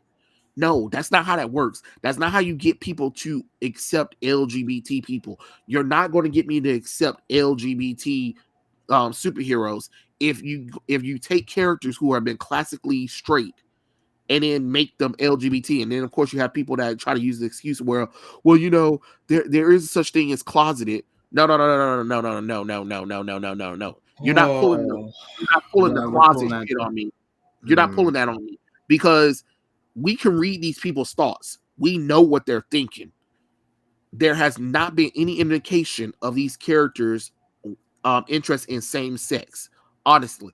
And don't give me that. Oh, they couldn't do that back in the day. No. The earliest LGBT characters showed up in the 1970s. I ain't trying to hear that. And they were done better. Exactly. And so if they wanted to make characters like Tim Drake or Iceman or Alan Scott, they could have easily did it during the time where they were creating all these brand new characters that would come out. Because back in the day, during the 80s, for DC and Marvel, it was the explosion of brand new characters. And all of those brand new characters were different race, genders, and sexualities. So I don't want to hear that they couldn't have did it. They could have did it if they really wanted to. But the problem is those characters are already predominantly straight. Society sees them as straight characters. And it's weird that you try to make them LGBT because all it's doing is hurting the LGBT cause because people are getting annoyed that everything has to include LGBT and stuff. No, everything does not have to include LGBT, just like everything does not have to include women, just like everything does not have to include minorities. We are minorities for a reason because the United States is predominantly white. I know people don't like it, but it's the truth. It's something that y'all need to get over. Stop trying to pretend like because there are other countries. It's even the annoying thing that I hate about some of the blurs who love anime, and they always complain about it's not enough black characters. You do realize you're talking about a product that is made in a country that doesn't hardly have any black people there or any minority people in there. Like Japan has Japanese mostly people there. You get what I'm saying? I'm just gonna say those are phonies from the start. If they ever say that shit, those are phonies. They're not real anime fans. They're not really into it. They're like the movie like the Body Snatchers. They're pretenders. They're always drawing the characters black. They're always drawing the characters black, and I'm like, okay, but here are examples of original black, dark-skinned anime characters. Well, I don't like the way it's drawn, or that character's not a main character. Okay, and yeah. Yep. You can't. That's another thing that gets on my nerves with a lot of minority people who talk a big game. But then when I bring up these characters who are okay, here's a list of anime characters who are black or brown skinned. Here are characters in comic books who are black and minority or whatever. Well, yeah, but they're not as popular or whatever and stuff like that. Okay, well, how do you get them popular then if you won't support them? Okay, so you're telling me Casca's not popular? Are you kidding me? From Berserk? You're telling me? Well, they don't see it like that. They don't see it like that. Just like young Rippa said one time in the video, he said people don't see anything. They don't see legitimacy in other characters besides white. Why do you think that? I know you probably been on Twitter and Instagram. I know you've seen a lot of white characters being drawn black all the damn time or being drawn another race because it's not enough. It's never enough, but you never see those people draw any original black or minority character at all. Yeah. Or just the same thing too. The same thing with the LGBT artists. They'll complain about there's not any LGBT characters, but they will never draw any of the original LGBT characters and promote them or talk about them. And it's how that works. I was gonna say, no one's business. Have you watched Spy Fam? I haven't, but I seen so much stuff. I'm like, man, I'm just gonna. I think I'm. What is it? Did it start as a manga first or anime? Because I don't know much about that. I'm still relatively new to it. You talking about Spy X Family? Yeah, Spy X Family. Oh, yeah, I haven't watched the anime yet. I've been reading the manga. Okay. So I'm reading the manga right now, and I'm almost finished. And then I'm going to watch the anime. But I will tell you guys one thing too. I know this is going to be a hot topic of this for some. If any of you guys are anime readers, I think Chainsaw Man is boring. Call it what you want. Call me a hater if you want to. God honest the truth. I think Chainsaw Man is boring as hell. I was like, I'm bored. I gotta watch that. No. It hasn't came out yet. I read the manga trying to see, but I dropped it halfway through the manga because I was like, I'm not interested. It doesn't hold my attention. Everybody was like, "Are you crazy, Trey? This is amazing." Well, look, just because you guys say it's a popular manga doesn't mean that I'm going to like it. You know, it just wasn't me. I think the only thing why people really like it is because the character is literally can turn his body into a chainsaw. Yeah, I read 3 volumes of Demon Slayer and I just couldn't get into it. I was like, I respect it that, you know, I see the passion and everything, and you know, I see the creativity, but it's not for me. I tried. I was like, I can't get into it. That's understandable. I remember when somebody was telling me about Demon Slayer, and I was like, at first I was apprehensive on it, but then I watched it and then I read the manga. I was like, okay, you know, but it's not for everyone. Give me a second. I have to drink a little bit of water right quick. No, that's all good. But yeah, man, I know some people might not be into haiku, the manga, the sports manga about volleyball. I don't know why the damn manga is very interesting, and I don't even like volleyball.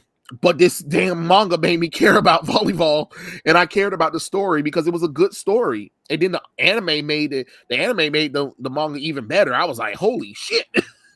It is, you know, it is what it is, but you know. I know there's like a basketball one, and I just like, man, I really want to watch that basketball one. I think Kurosaki Basketball, I believe is. I probably butchered the name, but I know it's on Netflix that you can watch that one too. Yep. Netflix. Yeah, Netflix has it. Netflix has it on there. Because you know Netflix is trying to get as much anime as they possibly can. I hope they burn. But I will say the 7 Deadly Sins like that. I ain't gonna lie. I didn't really get into the manga. I watched the show and I thought it was really cool, but then that third season was trash. And then with the censorship of the blood where it was white instead of red, I was like, it looked like the characters were like squirting cum out. Like, it's weird. It is weird. It is weird. It is weird. Kuroko no Basket? Yeah, okay. Yeah, that's the name of it. That's the name of it. And there's another manga anime series that I know some people are gonna be like, oh, I can't believe you read it, but I did it. I enjoyed it. I enjoyed Card Capture Sakura. I watched the anime and the manga.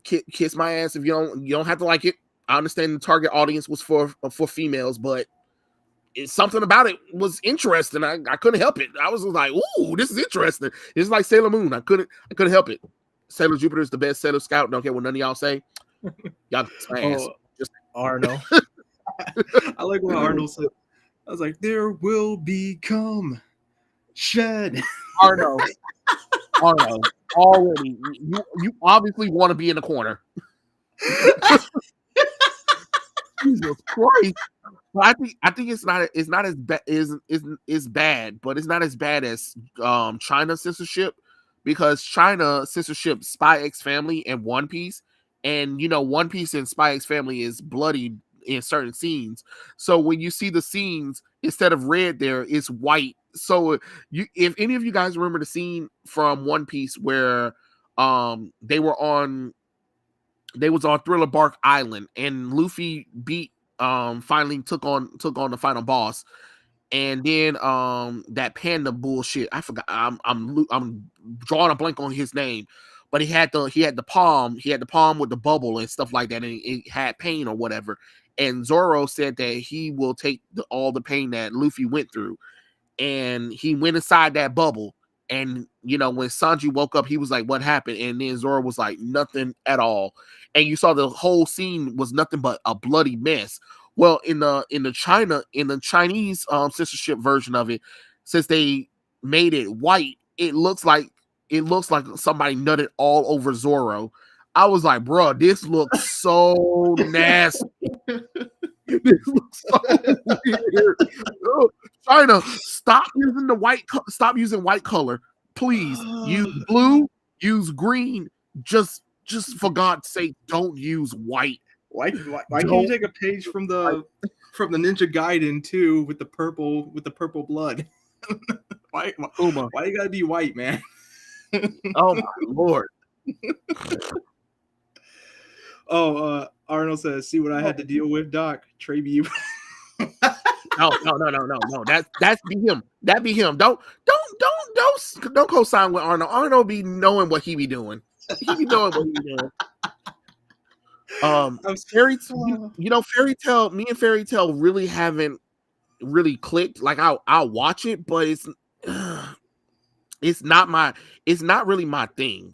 I'm not going to sit up here and be like, oh my god, this is amazing or anything. I'll watch it, but as far as trying to read it, I don't know if I got the patience to sit through and read it, because while I'm watching the show and I'm kind of like, it's not bad, it's just not interesting enough to me. You know what I'm saying?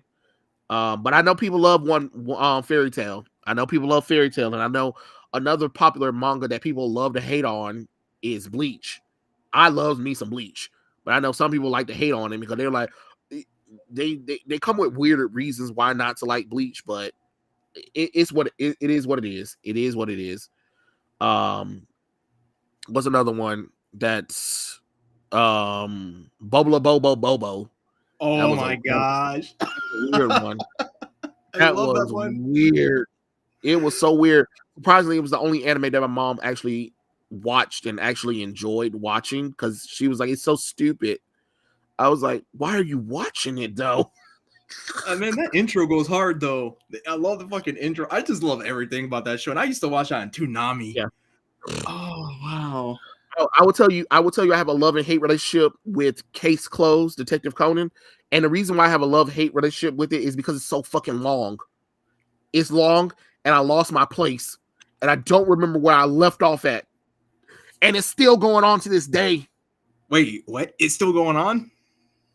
Detective Conan is still going on to this day. Manga and show. And show is still going on to this day. It's literally one of the longest running manga and anime series. And I lost my place in the series. So I'm watching random episodes and I'm like, I don't know if I already seen it. I don't know what season I'm on. And it pisses me off because I watched it when I was a little kid and I don't remember where I left off on anything. And I really don't want to start over, but at the same time, but I love me some Detective Conan though. I love the creativity of ways of how they kill people and how Conan figure out how they kill folks. It's such a good show, guys. If you haven't seen it, please watch it. Oh, and I will tell you another one that I do not like, but I know a lot of people do like: Shaman King. Don't like it. I sat down and I tried watching it and I said, nope, I'm out. I'm indifferent with it. I'm indifferent. Out. It's okay. I know some people like it. But I don't like it. I'm like, nope, no thanks. I'm good. I am definitely good. Yes. It is still going on. Detective Conan is still going on. I don't think I heard of Goglo 13. Thoughts on Baki? Baki's pretty cool. The only thing I don't like is anime going into the realm of 3D. Stop it. Japan, if you're listening, stop it. Your 2D stuff is way better than your 3D stuff. But I'll watch it. But I'm just saying, I just prefer you sticking to 2D, honestly. And another one I know is popular that everybody loves is Dragon Ball Super. I think Dragon Ball Super is the most lamest bullshit of Dragon Ball I've ever seen. Everybody want to try to shit on GT. No. Dragon Ball Super sucks. It's nonsensical. It makes no sense. It ignores continuity. It breaks lore. No, I'm good. Like I said, Dragon Ball franchise ended with GT when Goku flew off in Nimbus and said, "Till we meet again, guys." No, Dragon Ball Super does not exist to me. I'm sorry. I don't care. I don't care about the hair color changes. The new characters are lame. They added gods in there. They changed Trunks' hair color. It was just too much. It was too much for me. I was just like, nah, I'm good. and it's not even written by Akira Toriyama anyway. It's not written or drawn by him. So the same issues that you guys had about GT is the same shit with Super. They got a fan artist to literally draw and write Dragon Ball Super. Really? Oh, okay. It's okay when he does it, but it's not okay when Toei does it with GT. Get out of here with that shit. At least GT respected the characters, and it took place after the events of Dragon Ball Z, and not in the middle of Dragon Ball Z. Like, it doesn't even make any sense. How the hell is Super taking place between the 10-year time skip, and yet shit still happening? Okay, whatever. I think it sucks. I don't care what none of y'all say. Nah, I totally get you there. I'm not really a big fan of Dragon Ball, to be honest. So I have no idea of anything other than like again, the basics. I don't know much. That's the first one though. I ain't gonna lie. This is the first time I ever heard somebody said that they're like they don't really know much about Dragon Ball, because everybody I talk to in anime, oh my god, Dragon Ball, like about to goddamn nut on themselves. Like, calm down. Calm down. Like the only ones I know of is like the Cell games. I'm getting embarrassed myself because but people were like, "What the hell are you talking about, man? Get this guy out of here!" But seriously, yeah, I can't say like I don't know much about anything with the arcs or different characters other than Goku, Frieza, fucking yeah. See, I'm how man. I can't even name 5. Arno, I haven't seen the end of Baki yet, so don't tell me the end of Baki at all. So don't tell me. I'm going to get to it. Trust me, I'll get to it. I know another one that was so weird but interesting at the same time, and I was like, why am I watching it? It was Fruit Basket. I was like, why am I watching it? Gosh. I want to watch the original. It is so popular, but I was just like, why am I watching it? I was like, I feel like I shouldn't be watching it because I feel like this show is target for females, but it's so intriguing though. I'm like, what's wrong with me? Just like that other one. What's the other one? Orin High School Club. That was another one. Now that girl pretended to be a boy to enter the club. That was a good one. That was a good one too. Yeah. That was a good one too, and I was just like, why am I sitting here watching it? But it's so interesting. It is so interesting. Yeah. I do love me a good story. I thought the Prince of Tennis was pretty interesting too. The fact that I think it was one arc. I can't remember what arc it was, but it was like the world was at stake if he didn't win that darn tennis match. And I said, you got to be shitting me right now. Are we literally betting the world on a tennis match? But who am I to talk? I love me Yu-Gi-Oh! And literally the fate of the world is on my card game. I remember Zatch Bell. You ever seen Zatch Bell? Oh my god, I love Zatch Bell. Zagare guy. Yep. Yeah. Love it. What was the fucking horse's name? Ponygon? Whatever hell's. I love me some Zatch Bell, man. That was a good series. That was definitely a good one. That intro too. You know who's got the power, man. Oh man, and that was so cute, Kyo, and he always trying to eat a damn giant ass fish. I'd be like, boy, where you get this fish from? Where you get this fish from? Jesus Christ! Kyo was like, knock it off. He was busting his room with the goddamn fish. Kyo, I got us a fish. The fish is like a fish that normally shouldn't be even consumed by a human. Like, what are you doing?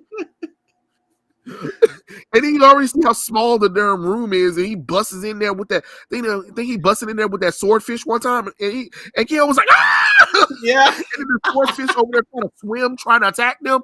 He was like, get it out of here, get it out of here. He was like, what is this fish, Kyo? He was like, it's a swordfish. I remember, oh man, it had some real sadness in there though. Like some characters that oh man. I mean, I can only imagine how old I was, and I was like, I'm too sad to even like do anything. So I was like, no, we just lost. I used to hate when they had to battle people. They had to battle their friends or whatever. Yeah. And then they had to burn the book. And I was like, oh, and especially the one with the girl who couldn't control her powers. Yeah. And then at the end they had to destroy her book, even though they didn't want to. I was like, oh man.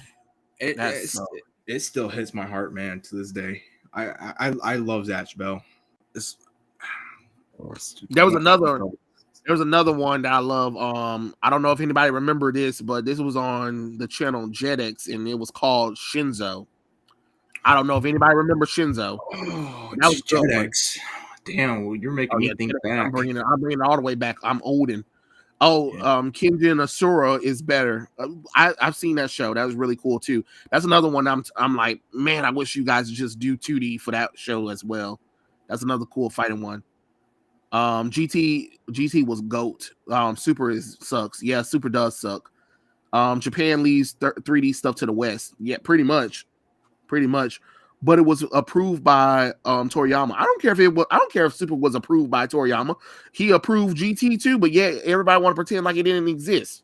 So, and he needs to take back that approval. Pretty much, man of culture. He does. Dragon Hoof. I don't think I know about that one. The sequel to Kenjin Omega is good. Oh God, what's that damn show? What's the show? God damn it. Tenchi Muya 69, I believe. He the boy with all of them alien girls that wanted to fuck him. That show was amazing. I don't know if any of you guys remember it, but that show went in so much. Yeah. That show went in so much. I love that show. I forgot about that show. one. Oh, Prince of Tennis is continuing. I thought Prince of Tennis ended in this original run. Okay, yeah, I thought that was done. Oh, damn. Oh, look, they said they're making a slam dunk movie. Okay. And I do love me the Fist of the North Star, and what's the one with the, I think it's Zodiac Knights. Is it Zodiac Knights? Saint Suya. Yeah, Saint Seiya. Yeah, that one. And of course you had Cyborg 009. That was a good one too. And Devil May Cry Baby. That's another cool one as well. I'm trying to read the manga of that one. I only lasted like probably 4 volumes. I'm like, man, I'd rather just watch the show. And what's the name? What's the name of that? Anybody in the chat remember the name of that anime that parodies a lot of anime? I cannot think of it right now. I'm drawing a blank on that show. But okay. So the main character, he has white hair and he wears like a robe, and he uses a wooden sword, and he be beating people up with that damn sword. And they'll pop out of nowhere and parody a lot of shows. Like one time they were fighting, and the guy was like, the guy he was fighting, and he was like, you know what? It's time for me to take it to another level.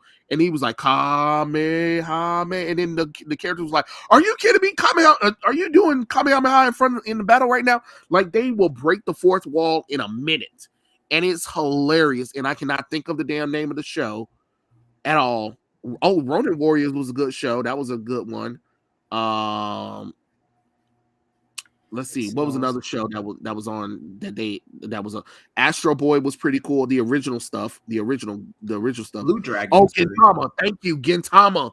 Yes, Gintama. Of course, Roland Dodge. I do love me the Gundams. I love all of the Gundam series, but my favorite Gundam series is G Gundam. Mobile Suit Fighter G Gundam. I don't care what none of y'all say, is the best Gundam series ever. The best one. Oh, and Zoids was a good one. That was a good one too as well. How's that Gundam stuff? Because I tried to get into it. I didn't last long. With Gundam, it depends on what era of Gundam that you're in. For me, I watched the original Gundam Mobile Suit Gundam series, and then I watched Gundam Wing and G Gundam. But I love G Gundam the most because G Gundam is kind of different because it's the first Gundam series that takes place in an alternate timeline, And basically what they do is they have this martial arts tournament on Earth, and the pilots, they have to control the Gundam, but they have to be in a mobile suit tray. So like in Gundam, they used to sit in the cockpit and then they just push buttons or whatever. No, in G Gundam, you actually have to get in a latex suit and you have to move around. So your Gundam can only move if you move. And whatever pain your Gundam feels, you feel the same pain too. Oh, wow. And then they have all these cool special moves, like the main character Domo Kashu, his gun, one of his Gundams called the Shining Gundam. He has this amazing attack called Shining Finger, and his hand glows green, and he like crushes whatever he can with it. That shit is really cool too. Another character, Saisashi, he has these dragon flags that like creates this like ultimate dragon flame beast that comes out of nowhere. Like when it's like a mix of Dragon Ball Z and Gundam put together, and it holds nothing back. It is freaking amazing, and I love the series. I love the series. Yeah, it's really fun.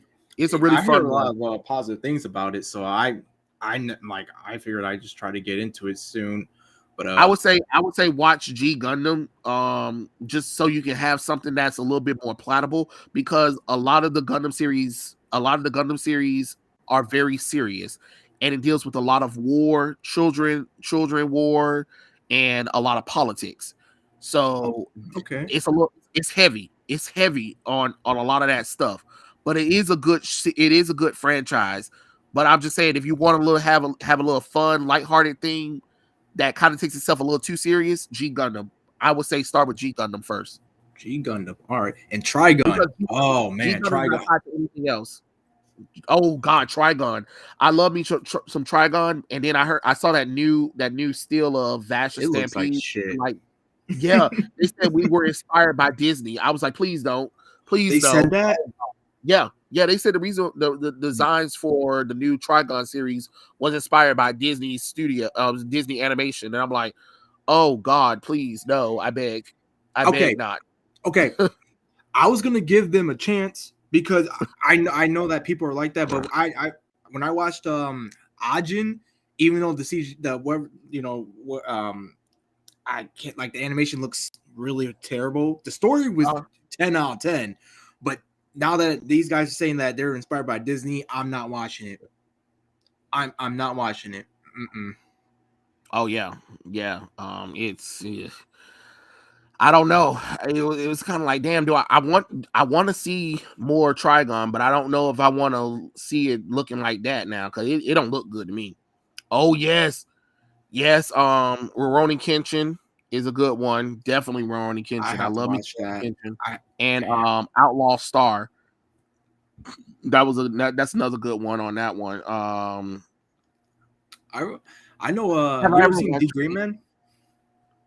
Have I seen who? D Green Man. I think I've seen it. I don't remember much of it, but I believe I've seen it. Fate Zero series. No, I have not watched the Fate Zero series because honestly, I don't know where the fuck to start. Oh, that's where you start. Fate Zero. Like, there's Fate Zero. No. Because there's so many Fate Zero shows. I'm like, which one is the beginning? Like, no. It's like Fate Zero, then Fate Stay Night, then it's Fate whatever. Because I kept seeing so many shows called Fate something, and I was just like, I don't know where to start. Somebody explain this, because I was just like, I don't know. I was just like, fuck it, I'll figure it out eventually. But I just never didn't think. Yeah, no, I had to do the same thing. I was like, what? Like, where do I start? Richard said that, bro, we on the same page. Who didn't love Sailor Moon? Plus, Sailor Jupiter is the Tom girl you could love. Real talk. I mean, Sailor Jupiter was bae. She was bae. I was just like, yep, that's my boo. She had the thunder powers. She was tall and gorgeous. And she was very, very romantic, and she loved to cook. And she was insecure about her size, but then she can kick anybody's ass. I was like, hell yeah! I mean, she had super strength, for God's sakes. Sign me up. Like Spike Spiegel said, I love a woman who can kick my ass. Yeah. I was like, yep, I'd be like, hey, Sailor Jupiter, me and you, snoo. You're not They don't intimidated make by female my characters like that anymore. right. I was like, she's gonna be like, you're not intimidated by my tallness? Hell no, girl. You are gorgeous. Let's go. Let's go. Like Let's go. you know how many Amazons I went through? You know? Like when she appeared in the show and everybody was afraid of her, and then Serena talked to her, or Usagi for the Japanese thing. You find out that she's really a kind-hearted person, and all she wants is to be loved and to be accepted by people without them running away from her for being so tall. And then when she got the number 4 sign and then she transformed into Sailor Jupiter, I was like, holy fuck, yes, I love you even more. Let's go. Oh man, I mean, I'm sorry, that's my favorite. That was my favorite Sailor Scout. I know some people loved Sailor Mars a lot because of the fire. Yeah. I'm reaching back. Like you're talking about this stuff. I'm like, I haven't seen this shit since I was a kid, man. Oh yeah, Ronin Warriors. I did see one Ronin Warriors. Oh, do you guys remember Metabots? Oh, I went way back. Oh god, I remember having. I'm ashamed. I don't know that one. Oh man, Metabots was back in the day where it was these robots. They were like almost kid size, and they can fight and stuff like that. And you had to have a coin on in the back of them, and then they had like these little tournaments where you fight, where the robots will fight against each other. It was really cool. It's kind of like Blade. If any of you guys remember the original Blade, the one with Tyson and Kai and stuff like that. We're not talking about that new shit. We're not talking about the new shit. I was so mad when Blade ended with G Revolution, and then they gave us a new Blade, and I was just like, where's Tyson and the rest of them at though? Where are they at? And then we never got them back, and we got these new characters. I was like, fuck them. That's how I feel about Bakugan. That's how I feel about it. I was like, what the fuck is this? Oh my god, yes. That new reboot for Bakugan Battle Brawlers, I was like, oh god. Like, what is this? I was like, what is this? Oh, Jesus. Oh yeah, Street Fighter. Yeah, Street Fighter. G Gundam is kind of like Street Fighters with mechs. Yeah. Yeah, but that shit was weird. It was just so weird. I was just like, nah, I'm good. And then they made them 3D, like when they like Bakugan Brawl, Drago standing, and Drago is actually 3D, and I was like, nah, nope. I don't like this. I don't like it. You know me, I was trying to give it a chance. I was already pissed off by the animation style change, where the characters don't look older, they look like they're kids. It's the same thing with Yu-Gi-Oh! Sevens. Yu-Gi-Oh! Sevens look like trash. I tried to give it a chance, and I was like, what is this shit? Why do they look like little children? And then they joke around too much. Nothing's ever serious. Half the characters are half the cards are in 3D. I'm like, nah, I'm good. I don't need this shit. I know back in the day when it first came out, my brother, he collected all that shit. And I mean, like the ones that you can put together too, like everything. We would just battle each other. And he got me one. I'm not sure if it's a rare one, but he got me one where you remember that lizard Bakugan? It's so many lizard birds. Like he could change his colors, basically. Oh yeah. You talking about God dang it, you talking about Aquan. Yeah. I have one that's clear, but he doesn't change his elements. He changes his G's.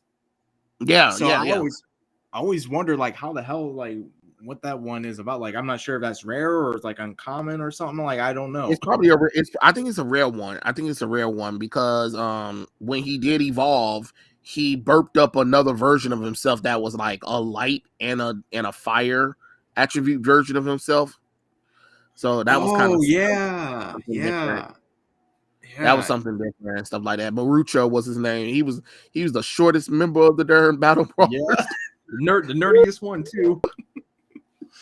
Yeah, the thing I didn't like about Bakugan, the original series, was like how we got to each series, and then everybody would get a new Bakugan partner except for Dan. I was just like, the fuck? Yeah, Like, Dan was the main one too, I believe. I mean, I understand he was the main character, but you know, Shun and Marucho should have at least kept the ones that they had from, you know, season 2, New Destroyer, and then they just evolved. That's what they should have did. If Drago could evolve, the other ones should have been able to evolve throughout the series. That's all I'm saying. Yeah, Because it was so inconsistent. Because they would disappear without no given reason of why, you know, Shun and Marucho's not using Storm, you know, Master Ingram and Elfin. Like, why are you not using those? And then you get some new ones, and then they talk with y'all like as if they known y'all for a long time. And I was like, whoa, we don't have that connection. I don't have that connection with you. What the hell are you talking about? Jeez, I remember that whole masquerade arc, man. Oh yeah, that was great. and then we find out it was Alice without her even knowing. And then Alice was. I remember when I saw Alice, I was like, Alice is the Taya of the group, where she was, because she would always be in there, and she would always explain everything that's going on. And I'm like, thank you, Alice. What would we do without you? Because she would explain everything. Yeah. Oh, and then you find out that she was the one. She was the one right now. I was like, oh shit. Yeah, I was going for a loop with that one. Right. But you know, in today's society, they would have turned that into way more than what it needed to be. I was like, oh my God, transformation. That means she's a trans. No, stop. No, it's alter ego. It's alter ego. It's alter ego that she didn't know that she had. Stop. Jesus Christ. You remember Code Lyoko? Hell yeah, Code Lyoko. Especially that damn theme song. Yeah. That theme song goes in so bad. Like that. That was a good one. And they wouldn't know about that nowadays. The kids nowadays, man. How do you go from 2D to 3D, man? That is such a sweet transition. And now just in the sequel series did live action where the kids were live. It was live action, and then when they go into Code Lyoko, they become 2D, and I was just like, 3D. I was like, oh hell no. Hell no. What? Oh hell no. Oh yeah, it was terrible. It was terrible. But I remember a comment that I remember about the X-Men thing. It was this guy.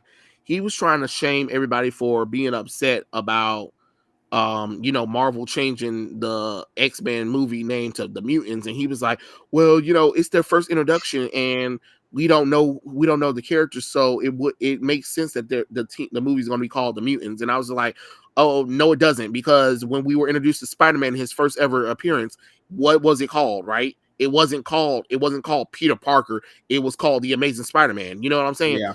What are you talking about? When we were introduced to the mutants was through X-Men.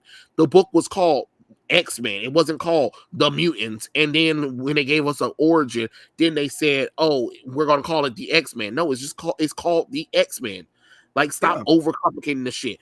It's brand recognition. Like, why do you not just keep the name? Keep the name and stop getting offended over everything. God damn it. Jesus Christ. I can't do it with Roland Dodge said they might make Wolverine black. I heard that they're supposed to be trying to make Magneto and Charles Xavier other races too, and I'm just like, yeah, I don't care. I'm not watching it, and I'm not going to support it. Just like Jim Lee, go fuck yourself.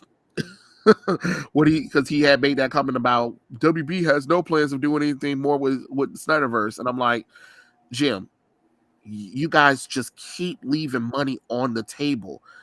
Y'all can't keep saying the Snyderverse is a failure when people raised over $200 million for this damn movie, for this project. Like, I don't like, say what you want about the Snyder fans, but for them to raise so much money, you can't keep sitting up here saying that the Justice League Snyder Cut wasn't a success. Clearly it was. You know what I'm saying? Yeah. Holy shit. Holy shit. Richard with the 20. Woo! 2-0. looking back, but we are on the same page. Dragon Ball Super was a cash grab, and what they did with the Piccolo to Piccolo in the Tournament of Power and other things was done. Yeah, yeah, Richard. Look. Dragon Ball Super has I've been against it day one. I have been against Dragon Ball Super from day one. You ain't got to tell me. We are in an agreement. I thought everything they were doing was terrible. The animation was lazy to begin with. Like, no, there is no excuse. There is no excuse why Dragon Ball Super looked like ass on its first coming out the gate. It took them until they're close to the Tournament of Power before the animation got better. No, Dragon Ball Z, Dragon Ball Z, Dragon Ball GT were all hand drawn, and this was before the 2000s. Why is work from the 1990s look better than 2016 work? Make that make sense. Make that make sense. Then the whole Tournament of Power thing, which I thought was stupid because all he did was like, oh look, it's a multiverse now. Okay, so that means all of the different timelines exist still. That means that GT still exists. That means the Xenoverse timeline still exists. That means all of the future Trunks timelines exist too. So you can pick and choose your canon. I picked my canon for Dragon Ball Z is once we got the GT and once GT ended, that was the end of Dragon Ball. There is no more Dragon Ball franchise after that to me. I'm sorry. I don't care what none of y'all say. But wow, this is amazing. I got a super chat. Hell yeah. But I appreciate that. So, but I did hear that Piccolo. I know Piccolo is going to get a spotlight in that Dragon Ball superhero movie. And you know what's so funny is when they talked to Akira Toriyama, they had said that why did you call it superhero? He said honestly, I forgot that Dragon Ball was called Dragon Ball Super now. So when I came up with the title, I had told them that the title of the movie was going to be called Superhero, and I was just like, oh my god, Akira Toriyama keep forgetting shit again. I expect it, to be honest. Yeah, and that's the one thing I recall too, is that he always forgets stuff. It was so weird. It was so weird that he literally said I made a movie. It's called Dragon Ball Superhero, but Akira, what? Dragon Ball. We got a show called Dragon Ball Super. Okay, so just put superhero at the end of it, but it's going to be called Dragon Ball Superhero. Oh well. Like that's pretty much what happened. That's pretty much. Oh Lord, I can't blame the guy. I can't blame the guy. I'll probably be doing some shit like that. I'm like, well, just add something else to it. There we go. Right. Fuck it, we'll do it live. Exactly. It's kind of like remember when we I was telling people with the Dragon Ball movies, like literally the only thing that was really cool was the Dragon Ball Battle of the Gods movie. That was pretty original, but the Dragon Ball Resurrection of F was just to market on Frieza coming back, and then the Dragon Ball Super Brawly was just to market Brawly back, and then Dragon Ball Superhero is what, a movie to promote Cell. Yes, spoiler alert. If you didn't know, the main villain, one of the main villains that Gohan and Piccolo are going to take on in Dragon Ball Superheroes is Cell. Is Cell Max. It's a ultimate version of Cell, apparently. And Goku and Vegeta are not going to be hardly in the movie. They said the movie is going to be focused on Gohan and Piccolo, and both Gohan and Piccolo are going to have transformations. Piccolo's going to have two where he becomes yellow for yellow, and then he becomes orange, and then Gohan becomes the final Gohan. I'm not calling him Gohan Beast. That sounds stupid. The official name they call it is called Gohan Beast Mode. No, just call it Final Gohan. It's a final transformation. Shit, looks stupid any goddamn way, but whatever. Yeah. Hey, Trey, I might have to go. I got to pick someone up at the airport. Okay. All right. Thank you for having me on. And chat, you're awesome. And I'm super grateful. And just remember, I am the fifth Trey McKell. All right. You have a good night, and I'll catch you later. Definitely. All right. All right. So it's just us guys. Let's see what's going on. Rolling Dodge with Dragon Ball Z Kai. It's not. It really wasn't interesting, honestly, because I'm just like,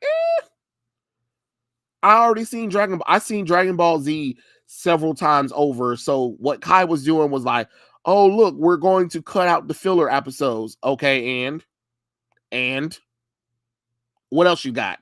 Nothing. Have I watched the fan film Dragon Ball Legends? I did. I thought the Dragon Ball Legends fan film was amazing. The Dragon Ball fan film was actually freaking amazing, honestly. But let me get into this because I know a lot of you guys was wanting to talk about this thing. So we're going to talk about it. As you guys know, Rippa has got to the 3 million point for his comic book, and if you guys notice my video that I did in my tweet that I talked about in where I said I was disappointed in Black Sands and other people, belittling Rippa, and I talked about it too. If you guys are on Twitter, I did a a debate with another user, and we talked about our reasoning about the Eric July thing. And one thing I want people to know, that I'm not defending Eric July's actions or his politics. And I really don't like to talk about politics, but I feel like I have to talk about politics when it comes up to Eric, because people try to be like that you're being facetious by not talking about his politics. No, because we're supposed to be focused on his comic books. And I hate that you have to, that we have to include somebody's political views in it just to congratulate. You know what I'm saying? Because people were upset. Some people who were upset at him were like, well, because we don't like his politics, and he is one of those black people that the white people use to be like, oh, they say hateful things. And then some people were like, well, I see what he I hear what I watch the streams, and he does say some hateful things or whatever. And I'm like, well, anything that we can say could come off hateful. Like right now, when I was talking about the LGBT stuff, that stuff can come off as hateful, but that doesn't mean I hate people. All right, have a good night, apathetic queen. Let's see, sup Kiefer. But I feel like I feel like as a community, you can't get mad if you don't agree with his politics, because we don't agree with what DC and Marvel does, and they let us know their politics all the time or whatever. So what are we supposed to do? Not support them? Not support people just because you don't like them? And I feel like I hate this other thing too, is like black people are supposed to agree with one side of the discussion and not the other. Like we're all different. Just like, and I'm just talking about, I'm not trying to exclude anybody, but when it comes to black community, it's like, no, you got to be on this side only. You can't be on no other side, or you're a coon or something like that. No, I just don't. I don't believe in this side of the aisle's political opinions or whatever and stuff like that. And of course, we know Eric is libertarian, so he's pro capitalism, all that good stuff, and he believed that disestablishing the government is the perfect thing to do. That's something that he wants to agree with or whatever. But what I'm saying is that you can have feelings about Eric July, you cannot like him or whatever, but if you're in a position where you have a lot of following, or you have customers that watches that, what I was trying to get people to understand is it doesn't matter if you don't like Eric or not. What is the problem is that a lot of people don't know about Eric's political views, right? And even if they do, what they're seeing is black people hating on another black person. And of course somebody was like, well, you're trying to say that it's political when it's not. Well, it isn't political, but what I'm saying is that when you're online and you have two black creators saying hateful things to Eric July, to the outside looking in, all they're seeing is these black men hating on another black person who's just doing the same thing that they're doing. And I understand, because I talked to Godhood Comics about it, because I had told him, I said I was disappointed in what you said, because I felt like you shouldn't have said that, because what you did was you invited all of that stuff in there. You invited the fact that people might not support you, because what they're seeing is another black person hating on another black person's hustle. I understand that you don't agree with his politics, and honestly, his politics shouldn't even matter with his comic book. If you don't want to support him because you believe in his politics, that you don't believe in his politics, that's fine for you. But you can't get mad at the hustle of this man creating a comic book. He just did it another way, and I can't knock somebody who figured it out. You know what I'm saying? So to focus on his political views and say that, oh, he's a, because what I need people to understand, that what people YouTube sees Eric July as a comic book channel. They don't see him as a political channel. Yes, he does have political commentary, but they see him as a comic book channel because a lot of his videos, his popular videos, have been revolved around comic books, right? We know that his politics are different.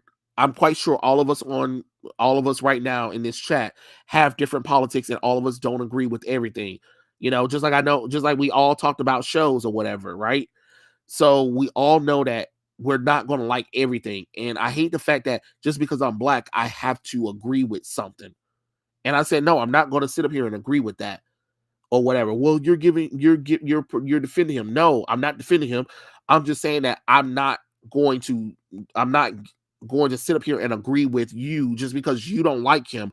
I don't have no beef with him, because guess what? I don't care what his political views are, because they don't affect me. They really don't, because everybody's going to say something that you don't like.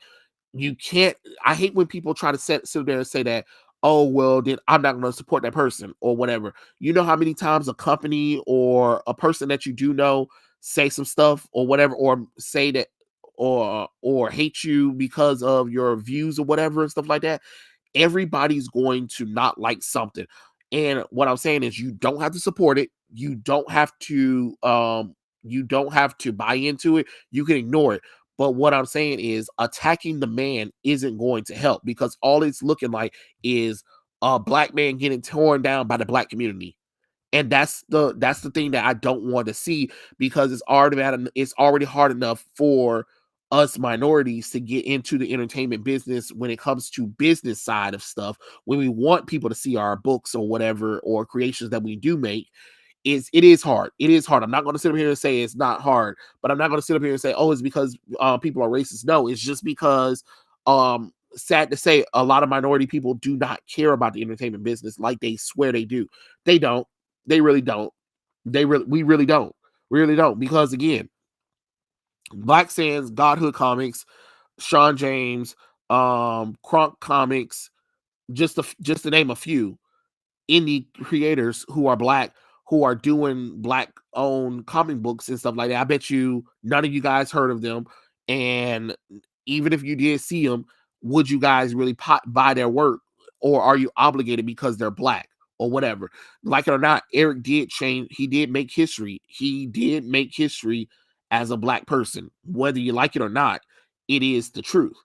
But I'm not going to call him out his name, and I'm not going to sit up here and be like, oh yeah, he's this terrible person, because I don't think Eric is a terrible person. I just think some of his takes are a little misinformed, just like I'm quite sure some of my takes might be misinformed to some people too.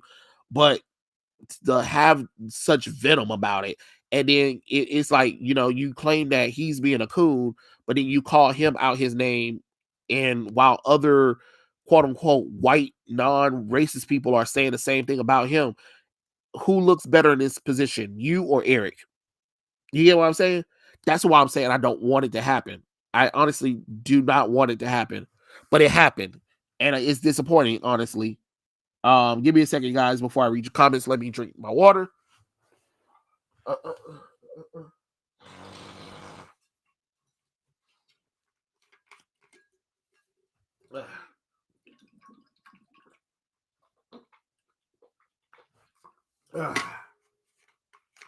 Woo.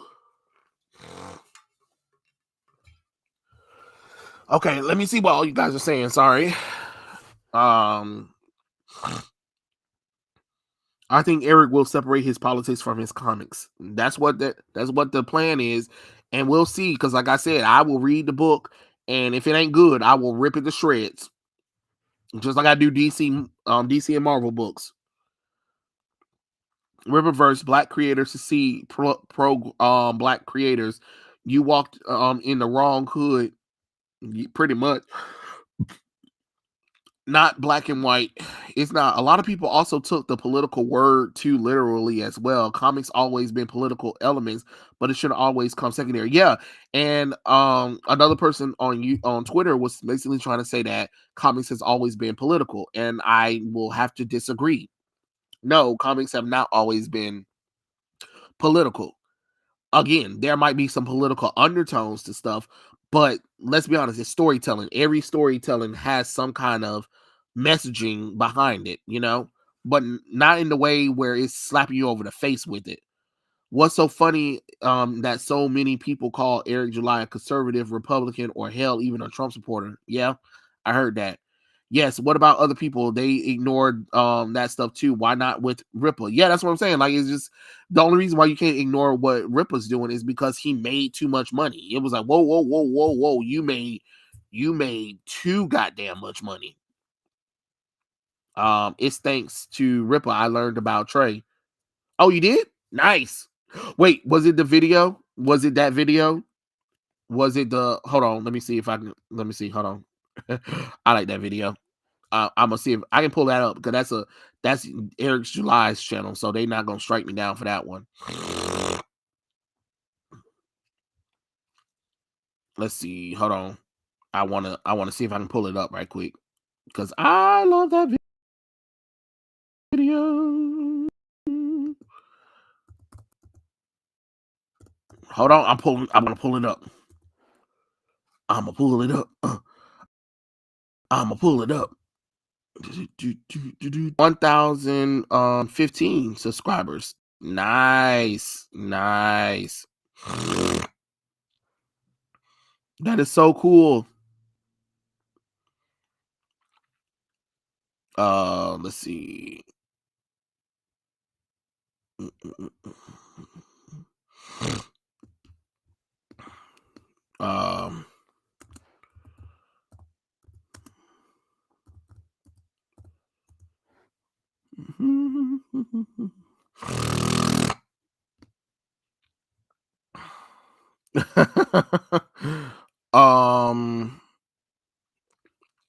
Hold on, I gotta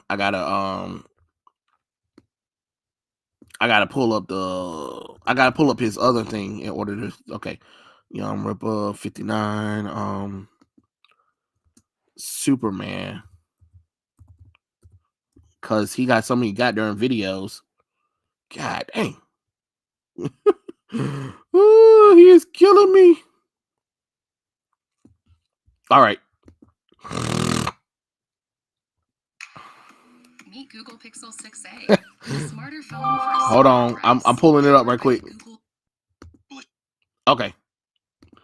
All right. Let me share it right quick because I like the video. Because it's so cool. It is really cool. Okay. So here it is. Shows ago, we finally got to talk about that new Superman animation that was coming. Watch the previous segment on that. I did upload that on YouTube, Facebook, and everything else. But my thing about that is we know and we expect them to do that. Now it's on the allergies just going crazy again. Now we have to on our side, as the customer who understands that DC is not in the business of catering to people to actually read this material, or even even fond of sort of they do not want DC comics in the concept, and would love to see it in the animation or live action. They're not doing this for us. You saw that dog crap, and you saw that original image, which was this. And look at my image. That's the original deal, which of course they're still going all in on Jimmy Olsen being black. They started that with the Superman aspect, though. The Superman's Jimmy Olsen isn't Jimmy Olsen at all. He's literally just a black guy with the name. Pretty much. He's brawny. He's like weird. And then you had like, okay, unfortunately, Lois looks like Lois. And there was this artist who, by the name of Trey Michael, if I'm not mistaken, who fixed the shit.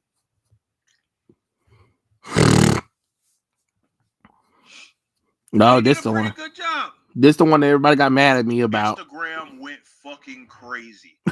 They did. All it did was show, and I'll let you guys go look at the comments. All it did was show that's who DC Comics, both in the books and live actions, are catering. Mm-hmm. There were idiots who actually thought that Jimmy Olsen was originally black. They did. They really did. I was like, no, he's white. This is fixing it. Lois Lane looks more of Lois Lane. And Jimmy Olsen is a white redhead like he's supposed to be. Exactly. What's so hard about that? Like, this is the old one for context. That's the old one right there. Mm-hmm. With Lois Lane looking like one of those modern feminists. And this is more feminine Lois Lane. She has a skirt on. He did do a version that she doesn't have, that she has pants. So if they were like, oh, you so offended at the fact I put in the skirt. All right, here's some pants. Mm-hmm. They did. This is fixed. Yeah. Hey, DC, go grab that guy and put him on your team. See? But these are the weirdos that they're trying to cater to, is that Instagram. Mm-hmm. They're more about, again, social statements. He's right. He's definitely right.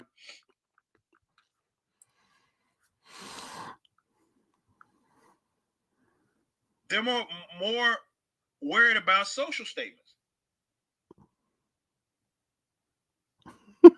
They want to. They have this odd. Oh man, we've talked about how they view women. They make the women look like dudes, and the dudes look like women. That's more of a correction on their behalf. Any woman that's in athletic good shape and has any sort of a stack to her is just demonized, right? Mm-hmm. Can't have this over sexualization. Now, if you're a dude, though, again, they'll make you like the brunt of everything. Like, they make sure if there's a female character that's in that setting, they make sure to have her or him being insulted. Excuse me, by the chick and all that. She has to make sure she's overtly smarter than everybody. That's how they do it, and this kind of looks like a weird kind of way of doing that. Look, that's me. She's going crazy right now. But that's me. That's the group of weirdos that they are catering to. Instagram.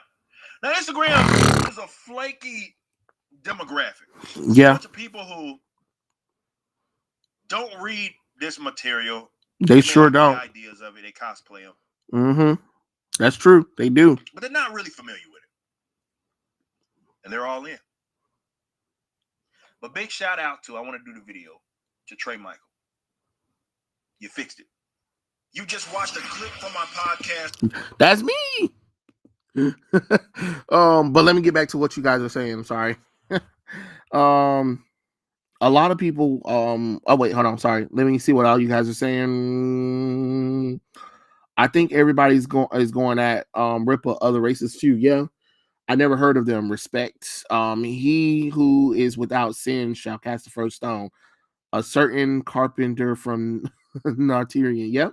Air July is libertarian. It's funny how people assume there's multiple genders, but assume there's only two political parties, pretty much. Lois in a dress. Yeah. This is crabs in a bucket. Mentality is very destructive. Yeah. I'm not saying that ain't supposed to make that paper unless they siding with the tolerant. Pretty much, I find you through anime. Ebony, what video did you find me through anime about? Is it the one where I was ranting about the Miles Morales thing? Because I know I've been on his channel a few times, so you gotta let me know which one was that one. I came through your static origin change. Yes, that's that. Oh my god, the static origin change was so stupid. Rippaverse legit got me interested in indie comics now. I found a lot of good stuff that I'm going to buy once I get some more money. Yeah, it's really cool. You know, once you find that kind of stuff, it's really cool. Oh, I forgot it was you. Yeah, that was me. That was definitely me. I remember this video. I was wondering why it felt like I've seen that name before. It was me. Jeez, I don't even remember. Oh man. Matter of fact, let me check. Let me check and see what anime, what video for anime that I was on, because I did a few with him. So you know,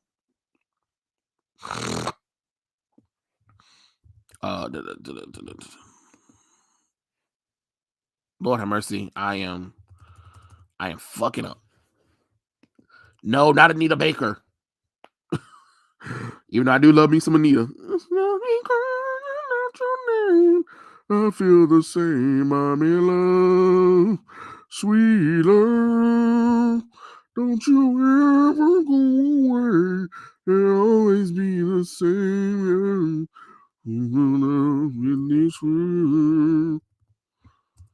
All right, let me see. Okay. So I'm on his channel. Let me see what videos I was in, because he posted the live stream with me in it. And I'll show you this. I'll show you this little thing that he clipped me in right quick. Let me see if I can show you guys.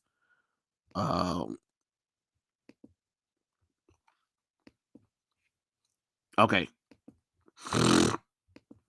This is a little clip right quick that he did. No. I love you. Where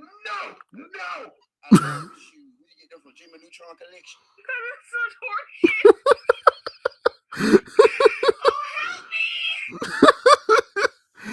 He was making fun of, he was using the clip that I had of the thing where we were talking about Miles, and I was like, no, God, no. Let me see.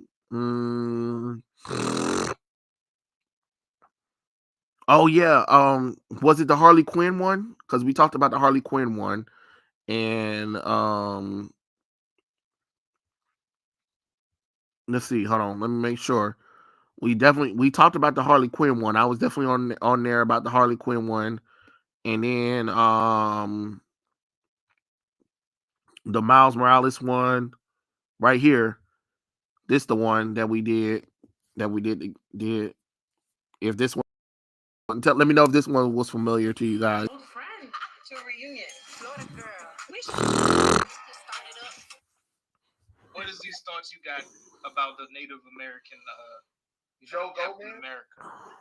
Okay, let a Native American talk about Native American Captain America. Okay, where do I begin?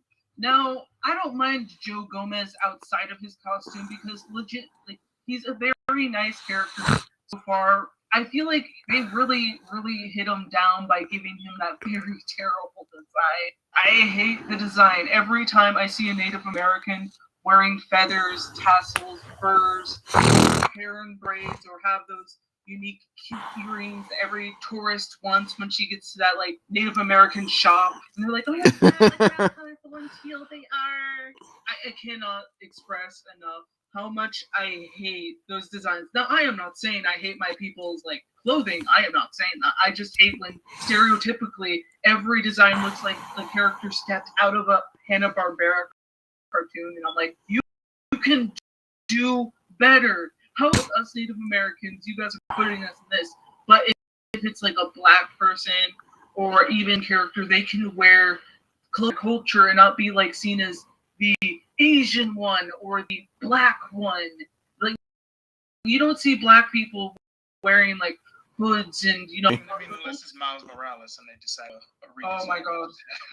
That redesign sucked. And you know what's so funny is right after they gave Miles that redesign, they were like, and his look is canceled. That's so that's a stereotypical black outfit. Like, get the hell out of here with that nonsense. Stop. You don't want duffel bag boy Miles Morales to come swing in same day? No. You don't want Outcast Andre 3000 Miles Morales swinging in? I don't want cosplay Miles Morales. No, he's lazy. I don't want these lazy designs. You don't want your friendly neighborhood Kanye West to come through and shoot the electric webs, just start killing people. Because at this point, he's gonna get knocked out. And you know the first thing that a criminal's gonna do if Miles get knocked out is strip him of his damn shoes. They gonna hit him with the old Ezel from Friday. Right, that's what I'm saying. Like, all he gotta do is get caught off guard, knock his ass out.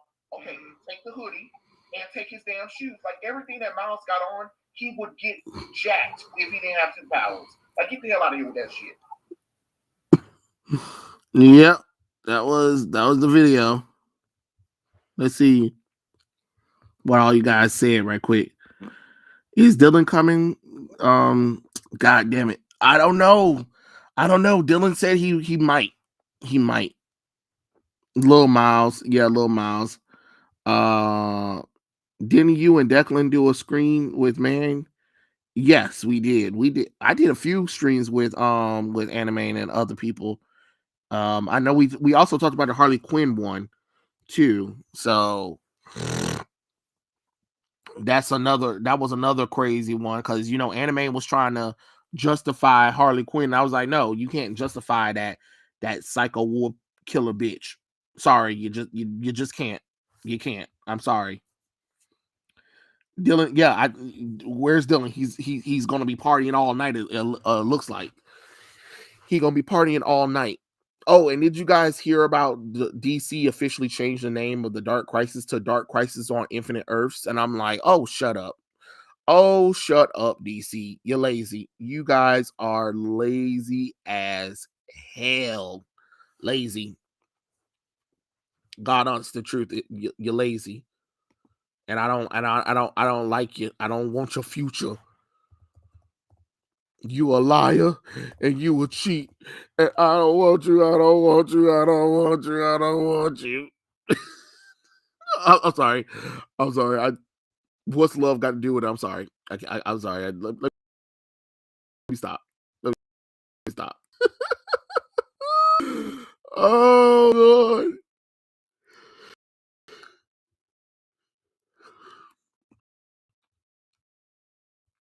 I'm so sorry. Dylan clapping some cheeks. Yeah, his boyfriend used to be a former swimmer.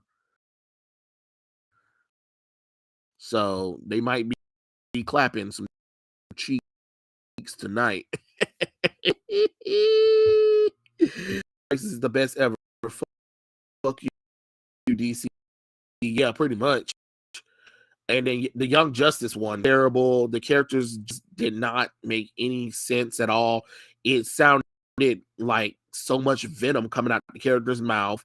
The only thing I do agree with is Batman telling Robin, like, hey, you and Stephanie are together. Like, this isn't, what are you talking about? Me and Bernard? No, it's you and Stephanie, you dumbass.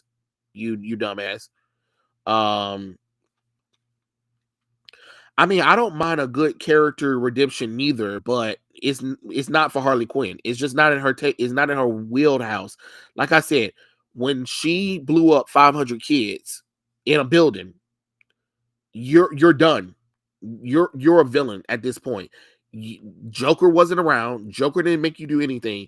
You did that on your own malicious reasoning. And on top of that, how many times have Batman tried to rehabilitate Harley Quinn before she went too far?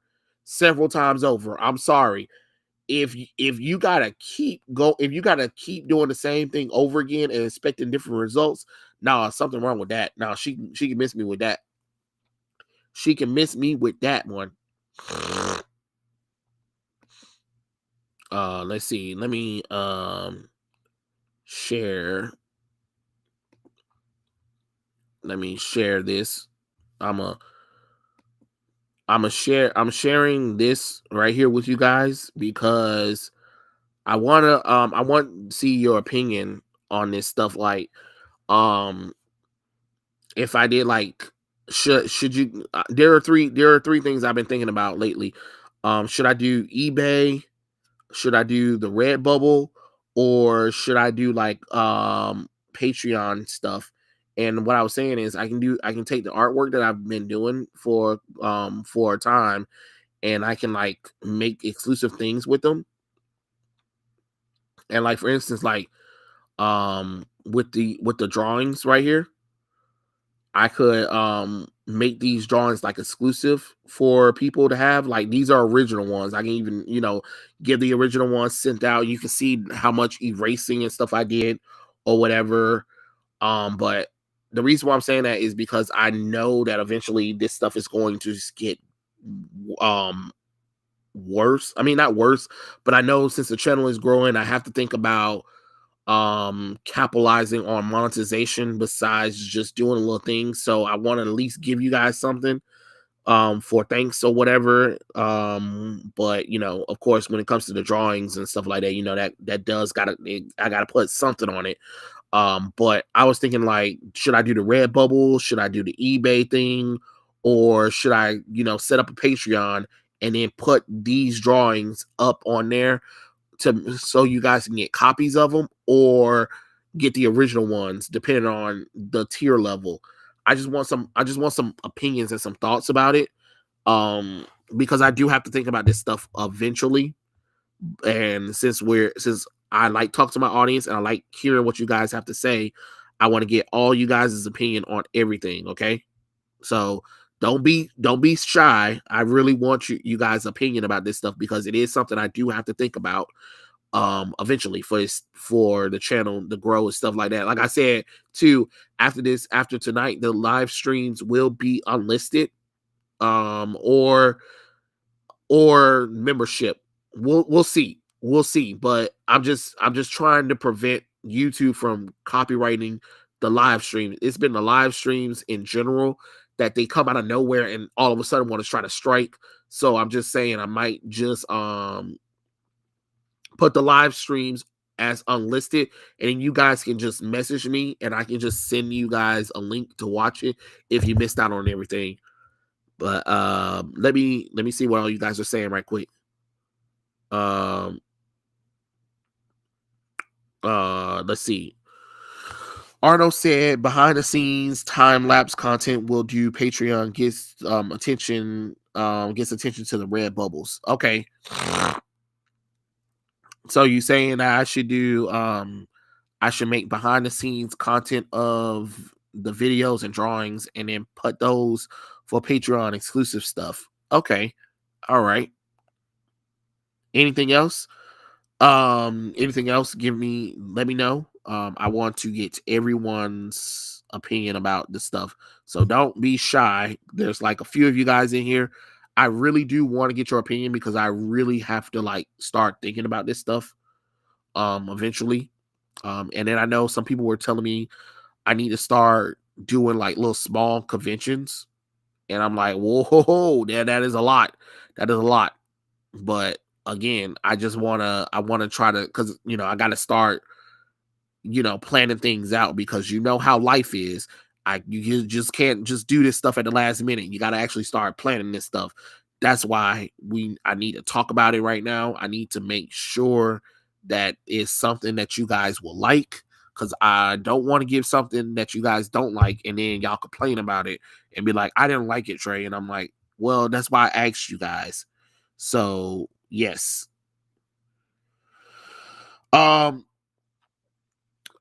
I'm saying that I'm gonna have to unlist the live streams. So you guys will have to message me if you want the link to the live stream, because like I said, YouTube's been copyright striking the live streams lately, and I don't want the channel to get strike because of the live streams. So what I'm saying is I'm gonna unlist them and then maybe later on put them as membership things. So like after the live stream is over, only members will be able to watch it without having to worry about it being copyright struck by YouTube, if that makes sense.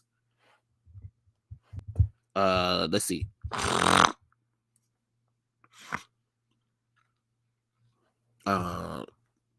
Trying to make sure that I'm seeing all the messages. So hold on.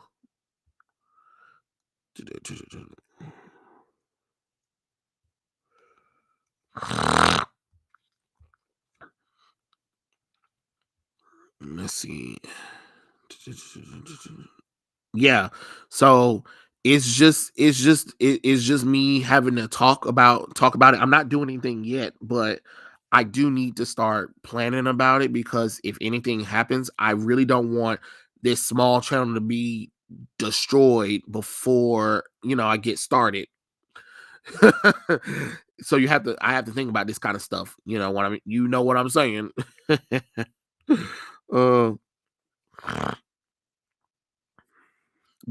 yeah, but tell me what you guys think. Like, come on, give me your opinion and stuff like that. I would love to hear feedback, because I can't get better or know anything if you guys don't tell me anything and stuff like that. So let me know, because I honestly do want to make sure I'm doing the right thing, that I'm not doing the wrong thing. It's just I have to protect the channel and also still be able to do the channel, but I also have to think about, like, it's going to start taking a toll on, trying to keep everything fine without YouTube trying to strike the channel down, because us small channels, it's easy for us small channels to get gone real quick, but it's hard as hell for a big channel. You get what I'm saying? And it's annoying that I have to worry about that, but it's YouTube for you. You know what I mean? They really hate us. Well, they really hate us small content creators, honestly. Like, I don't know what's going on with that one. He is not in the business. I'm sorry. I look like my allergies is trying to start acting up. Trey, the amount of time you took with the thick jasmine should be the same for your art. You could sell art like that. Oh, you talking about the jasmine one? Let me see where I put that. I'll put her at. This was actually, that was a vote from the audience on Instagram. I asked, I said, what princess would you like me to make? And they said Princess Jasmine. And here she is in all her glory, Princess Jasmine. Princess Jasmine as a baddie. I posted on the story, and people chose, it was Aurora, and I believe it was Cinderella, maybe, because I had already did Ariel and Tiana, so it was Jasmine, and then everybody picked Jasmine, and that's the one I did. Mulan was a close second too. I might need to do a Mulan one too. Oh yeah, I do have the red bubble, Sam Adams. I could refix the red bubble and see how that works as well. Because they do the prints for me as well, just until I can do the print stuff how I want to do it. And then Teespring does t-shirts and stuff like that, but I need to create a graphic for you guys in order for me to do the Teespring, I think. Ooh, I could work on some catchphrases for you guys to wear. That would be really cool. So that way, at least you'll have some drawings, some little gear stuff. That Redbubble, because Redbubble have like cups and mugs and little stickers that you can buy from them using the artwork that I made. And then Teespring sells t-shirts, which that's gonna be something. And then of course, I can make some graphic stuff where I can say some of the catchphrases, and you guys can wear that if you guys want to as well. That could be something too. It is something to think about.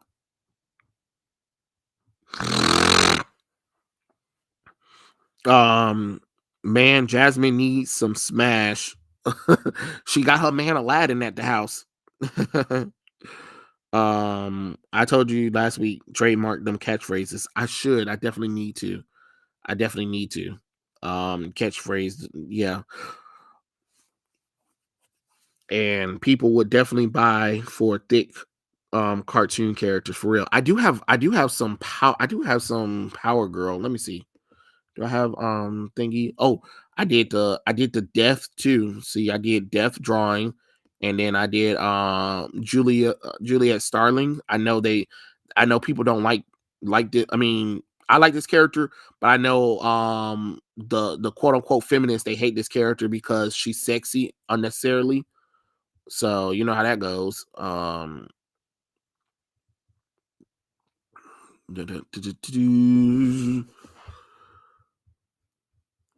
I gotta fix. I didn't even realize that this one was really cool. Let me see. And then of course, look, I got a Starfire, so that could work. I definitely got Starfire for you if you guys really want that one. Let's see. I need to fix this, but I'm gonna do that in Procreate. What's this one? These are all. Oh yeah, these are all the drawings I've done. Some more drawings. Let's see.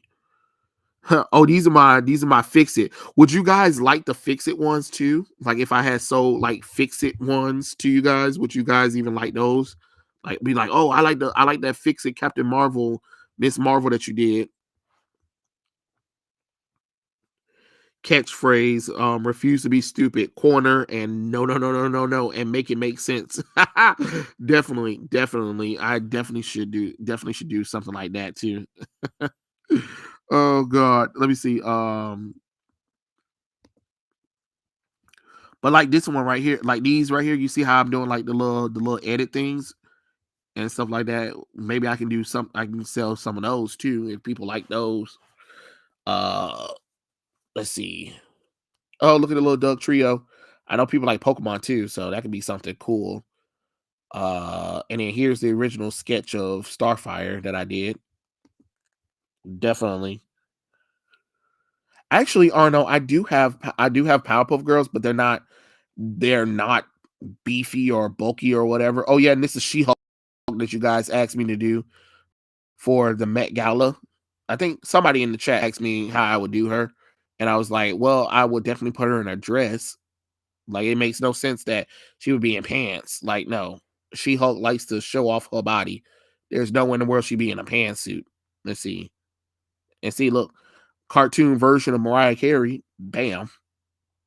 People like that. Look at them. Don't look at them titties.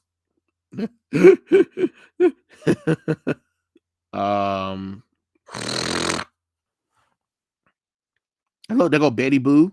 There go Pocahontas. That we can the one from Marvel Comics. Look, there go Stripperella.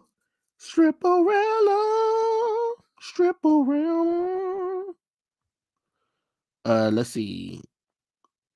And then look, that's my edit of Pocahontas. Oh, classic. Oh, look, see, there go Power Girl with the big old tunics. Let's see, what's another one? There go Fury. Trying to see where all I put them all at. There go Rocket. There go Batgirl. There go Kim Possible. And then Starfire from the Teen Titans if she was wearing her original costume. Batgirl, Alicia Silverstone. Dark Magician Girl.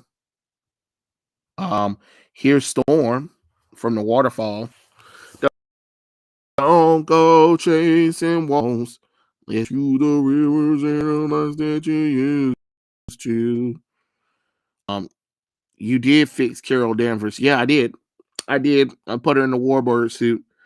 I wouldn't mind Death by Snoo from Powerpuff Girls. Arno. Corner, man. Corner. You do realize they're girls. little girls, you weirdo. Let's see. Oh, here's Punchline trying to kill Harley Quinn. That's a good one. Yep. Let's see. Emma Frost in the bikini. That's another good one. Let's see. What else? Wonder Woman's original costume. Look at that. That's the Wonder Woman I want to see. Laura Croft. I need to do a better one than that one because I don't want. It didn't look good. Now that I think about it, now I look at it, I'm like, oh God, what was I thinking? I need to do another one of that one. That one's not as good as I thought it once did. Let's see. Go Power Rangers. I'm not really good at the Power Ranger stuff. Still learning how to draw Power Rangers. And then here's one of my original characters.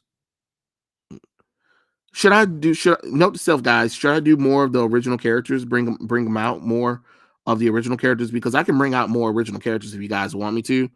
But I don't know. I haven't really touched my original characters, but I have a few OC characters that I can draw out, and this is one of them. Yeah, the fixes would be cool. Storm with a mohawk and Carol Danvers with a mohawk. Why would Carol Danvers be with a mohawk? Oh God, I hate Carol Danvers. Yes, more OCs. Okay. All right. I'll do more OCs. Let me see if I can thingy. Let me see if I can find some. Oh yeah. I remember this character. This character is not my character. This is a character called Dynamite Girl from a character that was created by Northern Jeremiah. Like, when I tell you her hips and her boobs is the biggest thing on there, I'm like, holy crap, she's huge. Let's see what else. Because I know I did some more stuff. And then there go Lola Bunny, the real Lola Bunny, not that bull crap that Space Jam did with her. Oh, and then look, here's your favorite turtle, the fifth one, Venus de Milo. Anybody, if any of you guys remember Teenage Mutant Turtles, The Next Mutation, here you go. Here's Venus de Milo. Oh Lord have mercy. Oh yeah, this is I Am Not Starfire. When I fixed Mandy, this is what I said Mandy would look like if we had to do something with her. Oh look here's the little thing too. Oh yeah, I was making her sing. That's right. I was about to say, what is that one? And then here is Batman getting some Selena Gomez. I mean, Selena Kyle. There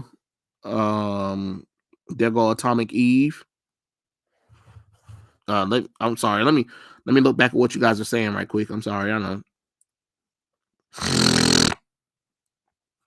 Now you got me wondering what the Powerpuff Girls would look like at as Power Girl or vice versa. Oh my God. I also have OCs, but I'm seriously terrible in story ideas and storytelling, but can draw. Ooh. Well, yeah. You should definitely just work on them. But like I said, everybody said I should work on mine, so I need to work on my OCs as well too. So you know how that goes. Oh, look, here's Iceman with his girlfriend, his Opla, before they made him gay for no reason. Yeah, that's right. He had a girlfriend.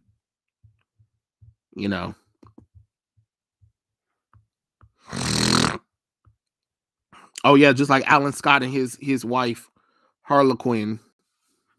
His second wife, anyway. Let me see.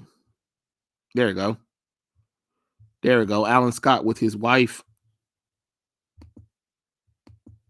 That one's a good one. Oh yeah, here's another death one that I did. There's Death again, and then this one is Mara Jade. Luke Skywalker's wife. That one's a really cool one. Here's another OC of mine's, Nathaniel Drake, standing in the rain. That was really cool one. And then they go Hello Nurse. Hello Nurse. And then of course you have Miss Holly from Hollywood. If she can't do it, who can? Oh, and then look, here's the teenage versions of the Powerpuff Girls. The Powerpuff Teens. Powerpuff. Ugh, God, Jesus Christ. What was that script, y'all? Because since they were like teenagers, I had made them teenagers, and they were shocked by the terrible news of the Powerpuff Girls live action remake. I know it's kind of dumb. Oh, and here's the famous thing. So here's what I did. Put Lois in some pants right here. Yep, I put her in some pants right here because everybody was complaining. And here's the dress. Here's the famous dress one. And here's the original one. Original dress. Original dress.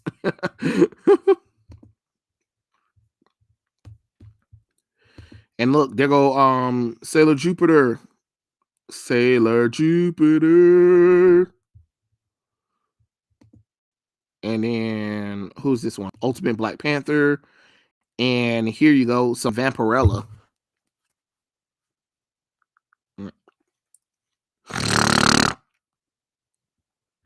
They're doing another Powerpuff Girl reboot. Yeah, they are. LA remake need to die off for good. This is Vampirella right here. She's a vampiric, and she has the typical vampire powers, and she's very sexy, and she's she's like one of the longest running independent comic book characters back in the day. Oh, and then here's my picture of Dark Magician Girl. I don't know if any of you guys remember that one. Dark Magician Girl. And then there go the Black Cat one. You know what's so funny is people tried to shame me for drawing this. They were like, you should be ashamed of yourself for drawing this. Why? Because I drew a beautiful woman? My fault. And then hold on, let me see. Go back to this one. And then this is the redraw that J. Scott Campbell had for everybody to do. And then this is the Mary Jane one that I did. Surprisingly, I did pretty well for what I thought I could do, because I'm not really good at the background stuff, but you know, I gave it a shot. So, you know, that was something.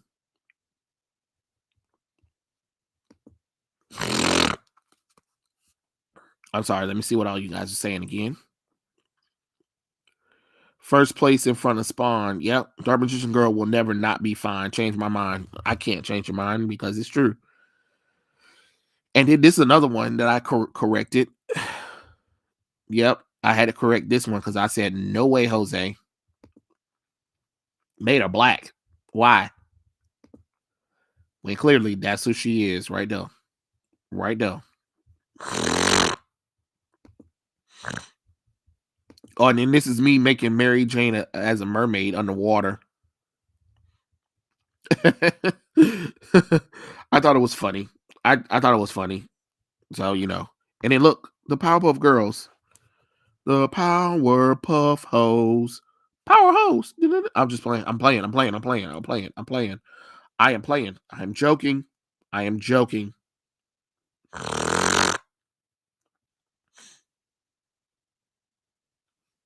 Let's see.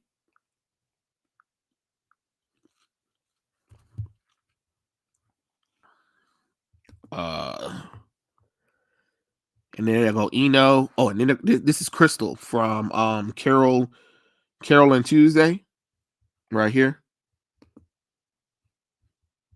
I thought it was really cool. So funny story about this character. This character is they call her Space Beyonce, and Crystal is based off of Beyonce and Aretha Franklin in the show. So I decided to draw her because I thought she was really cool. And then they go Angel Woman. Angel Woman, Digimon. And then they go Monica Rambeau right there.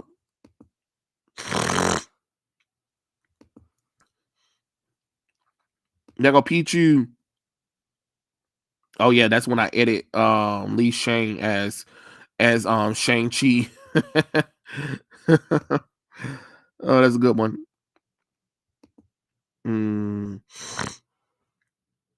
Oh, and here goes Shigo. Shigo. Right here. And let's see who else.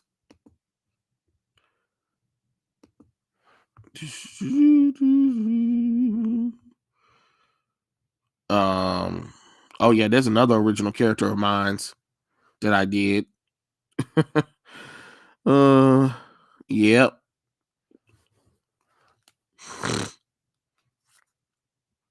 The character's name is Bri, and she was based off of a girl I knew at school who had like big old boobs and literally nothing else on her. I was like, girl, I don't know how you survive with them big old boobs on you.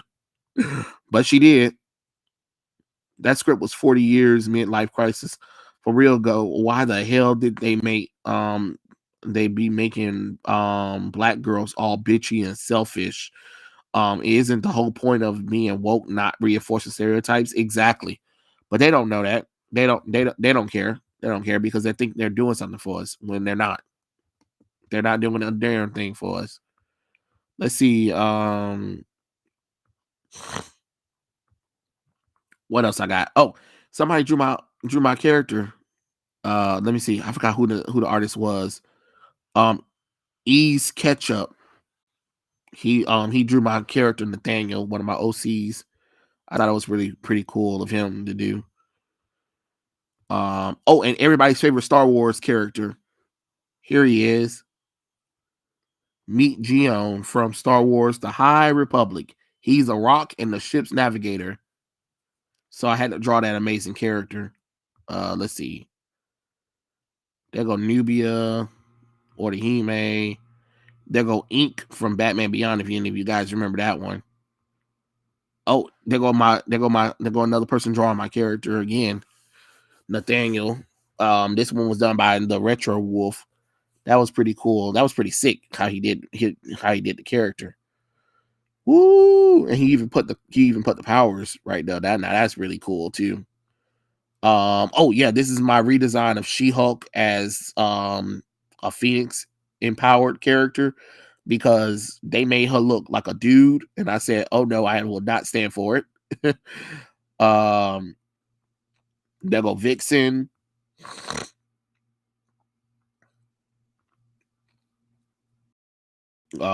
Different Disney characters. See, like we got. Oh wait, hold on. Let me go back. Let me go back for that one. Hold on. I don't think any of you guys remember this character, Fire. Yeah, Fire was really cool. Geo didn't deserve to be in such a shitty series.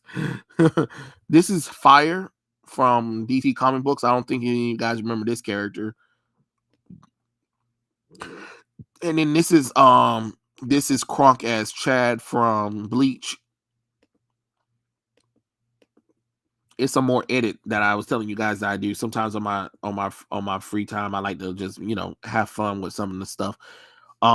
Ariel as Mary Jane Watson. Elsa as Disney's Ice. No, that's some Batman stuff. That's Immortal Wonder Woman right there. Let me see what else. This is Sabato Uchiha, the fake son of Sakura and Sasuke. This is Aurora as Emma Frost in her diamond form. I thought it was really cool. And then this is Esmeralda as Monica Rambeau.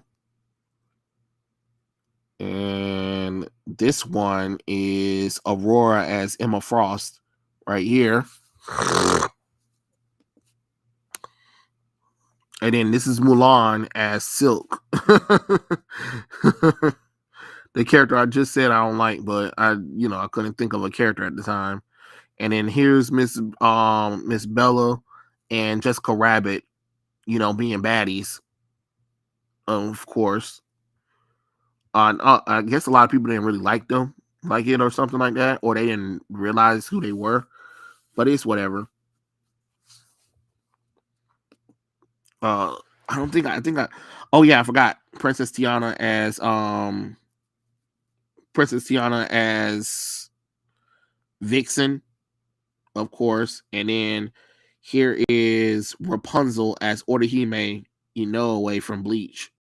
Oh, that was a good one. That's a good classic one. And this is Kigakadash as Storm. Yep. I should have did a little bit better than that. But yep, Kigakadash as Storm. And then this is Cinderella as Black Siren from Earth 2. I don't know. I just got the idea and I thought, why not? There go Princess Tiana again. There go Emma from Once Upon a Time. If you guys know, you know.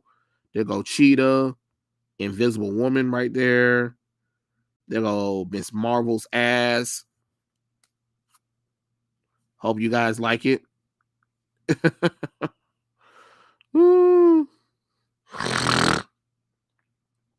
Unrelated, but Ivor from Assassin's Creed as Odin and Jane Foster as Mighty Thor. Yeah.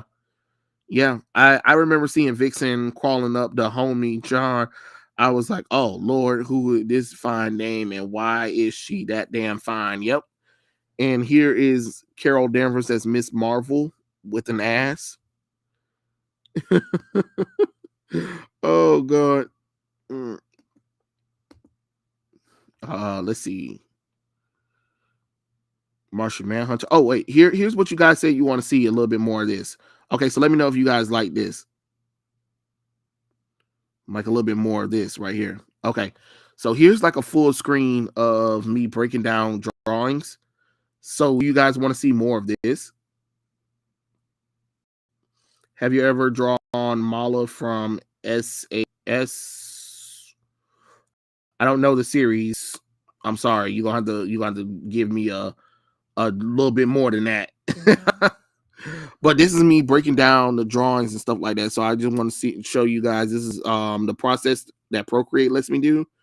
Procreate will actually automatically record everything that you're drawing without you having to even turn on the recordings for it. But this is what I do on my Procreate, so you guys can see my process for when I'm drawing. Yeah, Fire was in the JLL cartoon, the green Brazilian chick. Yep, that was her. That was her. A lot of people don't even remember her.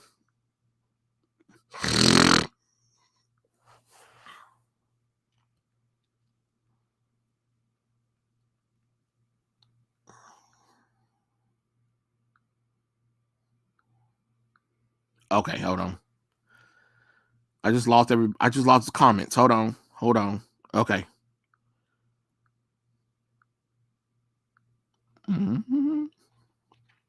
Superman the animated series, The Brave and the Bolder. I mean, Brave and the Broth.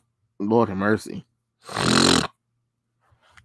But if you guys want to see more of this right here, this is what I'm trying to work on, is to make more videos like this. But it just takes a while because, like I said, trying to find non-copyrighted music and then sometimes trying to extend the drawing itself be so time consuming. But it'd be worth it. It'd be worth it though. Just so you guys kind of see what's going on with the process or whatever. We'll speed that one up because I went through her hair like fucking crazy.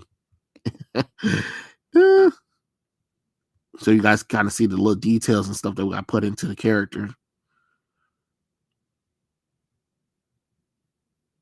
Yep. She works out. It works out pretty perfectly when it comes to this one. There go to Manny. Oh, this is the original Catra. If any of you guys don't remember the original Catra, Wonder Woman again. Oh, look, this is an old drawing of when I first started drawing my OC that I had found. Look at Nathaniel. And then look at Alexandria. Holy shit. Oh God, that was horrible. Wait, hold on. Let me let you guys see it. Let me let you guys sit in it for a little bit. Sit in it. Sit in it.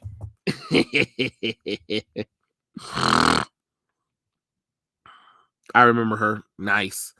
But yeah, this is the stuff that I be doing on my free time when I got free time. But this is definitely an old drawing, so this isn't current stuff. But this is a definitely old drawing of the characters, and I just thought I had to let you guys see it right quick. And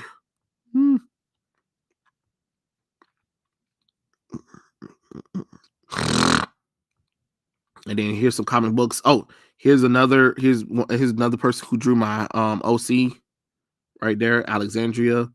And then I said, what if I draw her original colors? These were her original colors. So guys, let me know which one you like. Do you like Alexandria with the blue orange, or do you like her with the yellow pink orange? Like, let me know in the comment section right quick. I just want your opinion on which color should I stick with. If you guys want to let me know, I would definitely appreciate. Oh, it's YouTube for you. You know what I mean? Content creators, honestly, like. Lord have mercy. I don't even know what that happened. The chat among men. I'll give you guys a few minutes to see. So it's the these are her current colors that she wears, and then this was her original colors that I came up with when I first started. I forgot to make the scarf pink. That's what I meant to do. I meant to make the scarf pink at the top, but I don't know. I don't think anybody will want that one though. But I would love to get everybody's opinion on it though. Let me know what you guys think about that. See if you guys like that one or not. Content creators, honestly, like. Lord have mercy. I don't eat. Look at that. It does it all the time. It does this all the time. Hold on. I'm trying to see everybody's comments, so I had to pull up another tab where I can see your comments without you guys not seeing what I'm saying. I mean, so I can see what you guys are saying. I know it sounds crazy.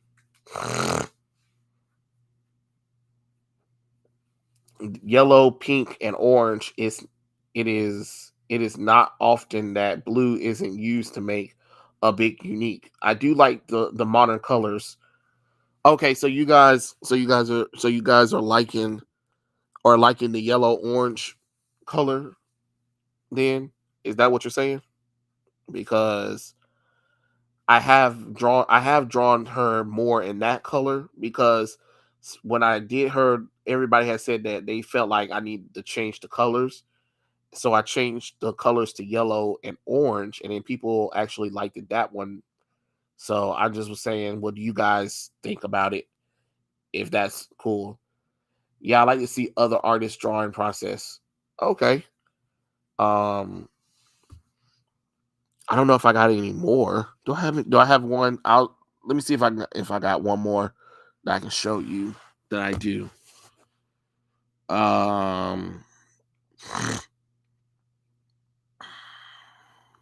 There go Mary Jane and Peter Parker. There go y'all favorite Nubia. There's another one of my OCs right here. Another OC that I did. Oh, and then here's Nathaniel again. Here's another one of my OC characters. He sometimes wear a white shirt too, so just let you guys know.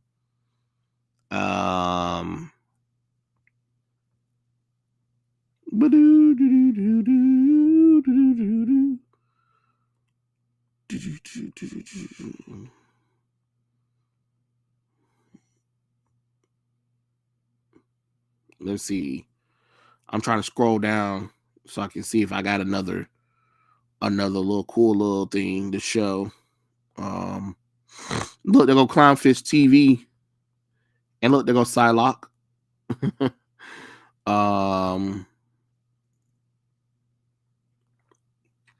Miss Martian.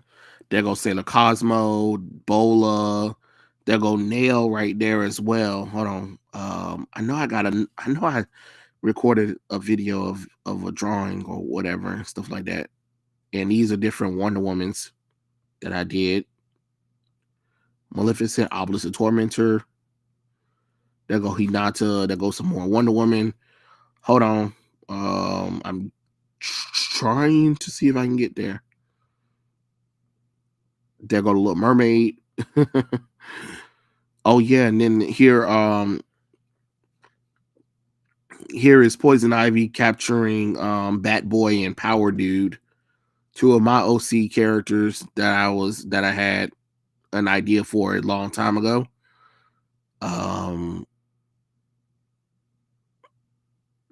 Let's see. Timon and Puma. I don't know if this will show you the process, but this might show you a little bit of what I did.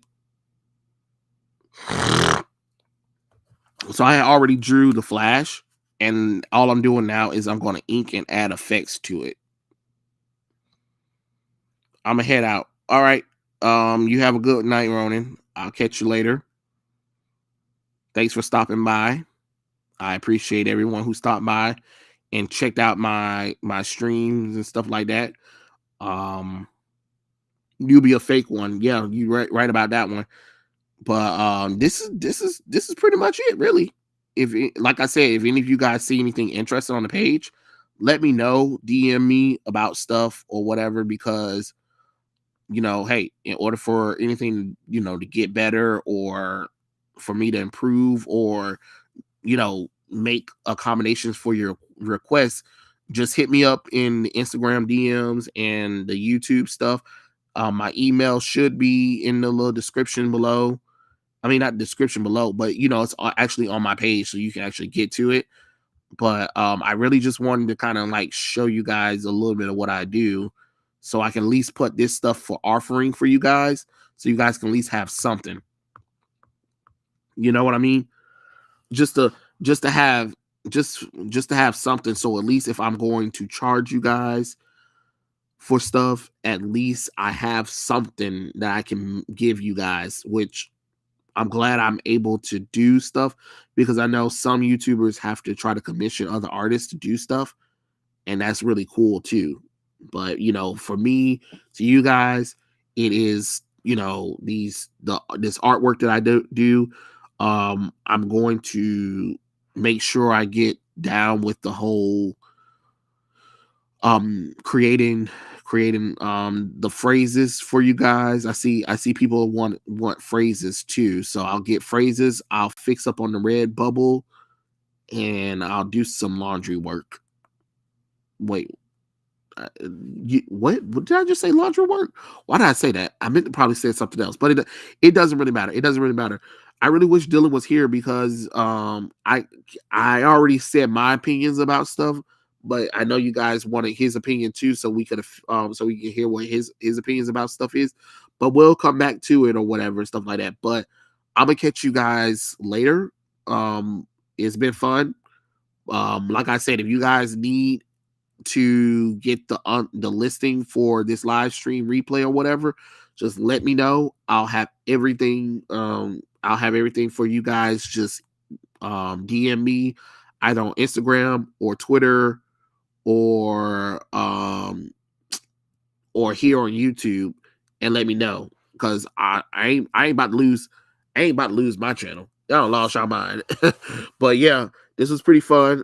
I'm glad. Thank you for everyone who showed up. Thank you for the donations, and I'll catch you guys later. Peace out.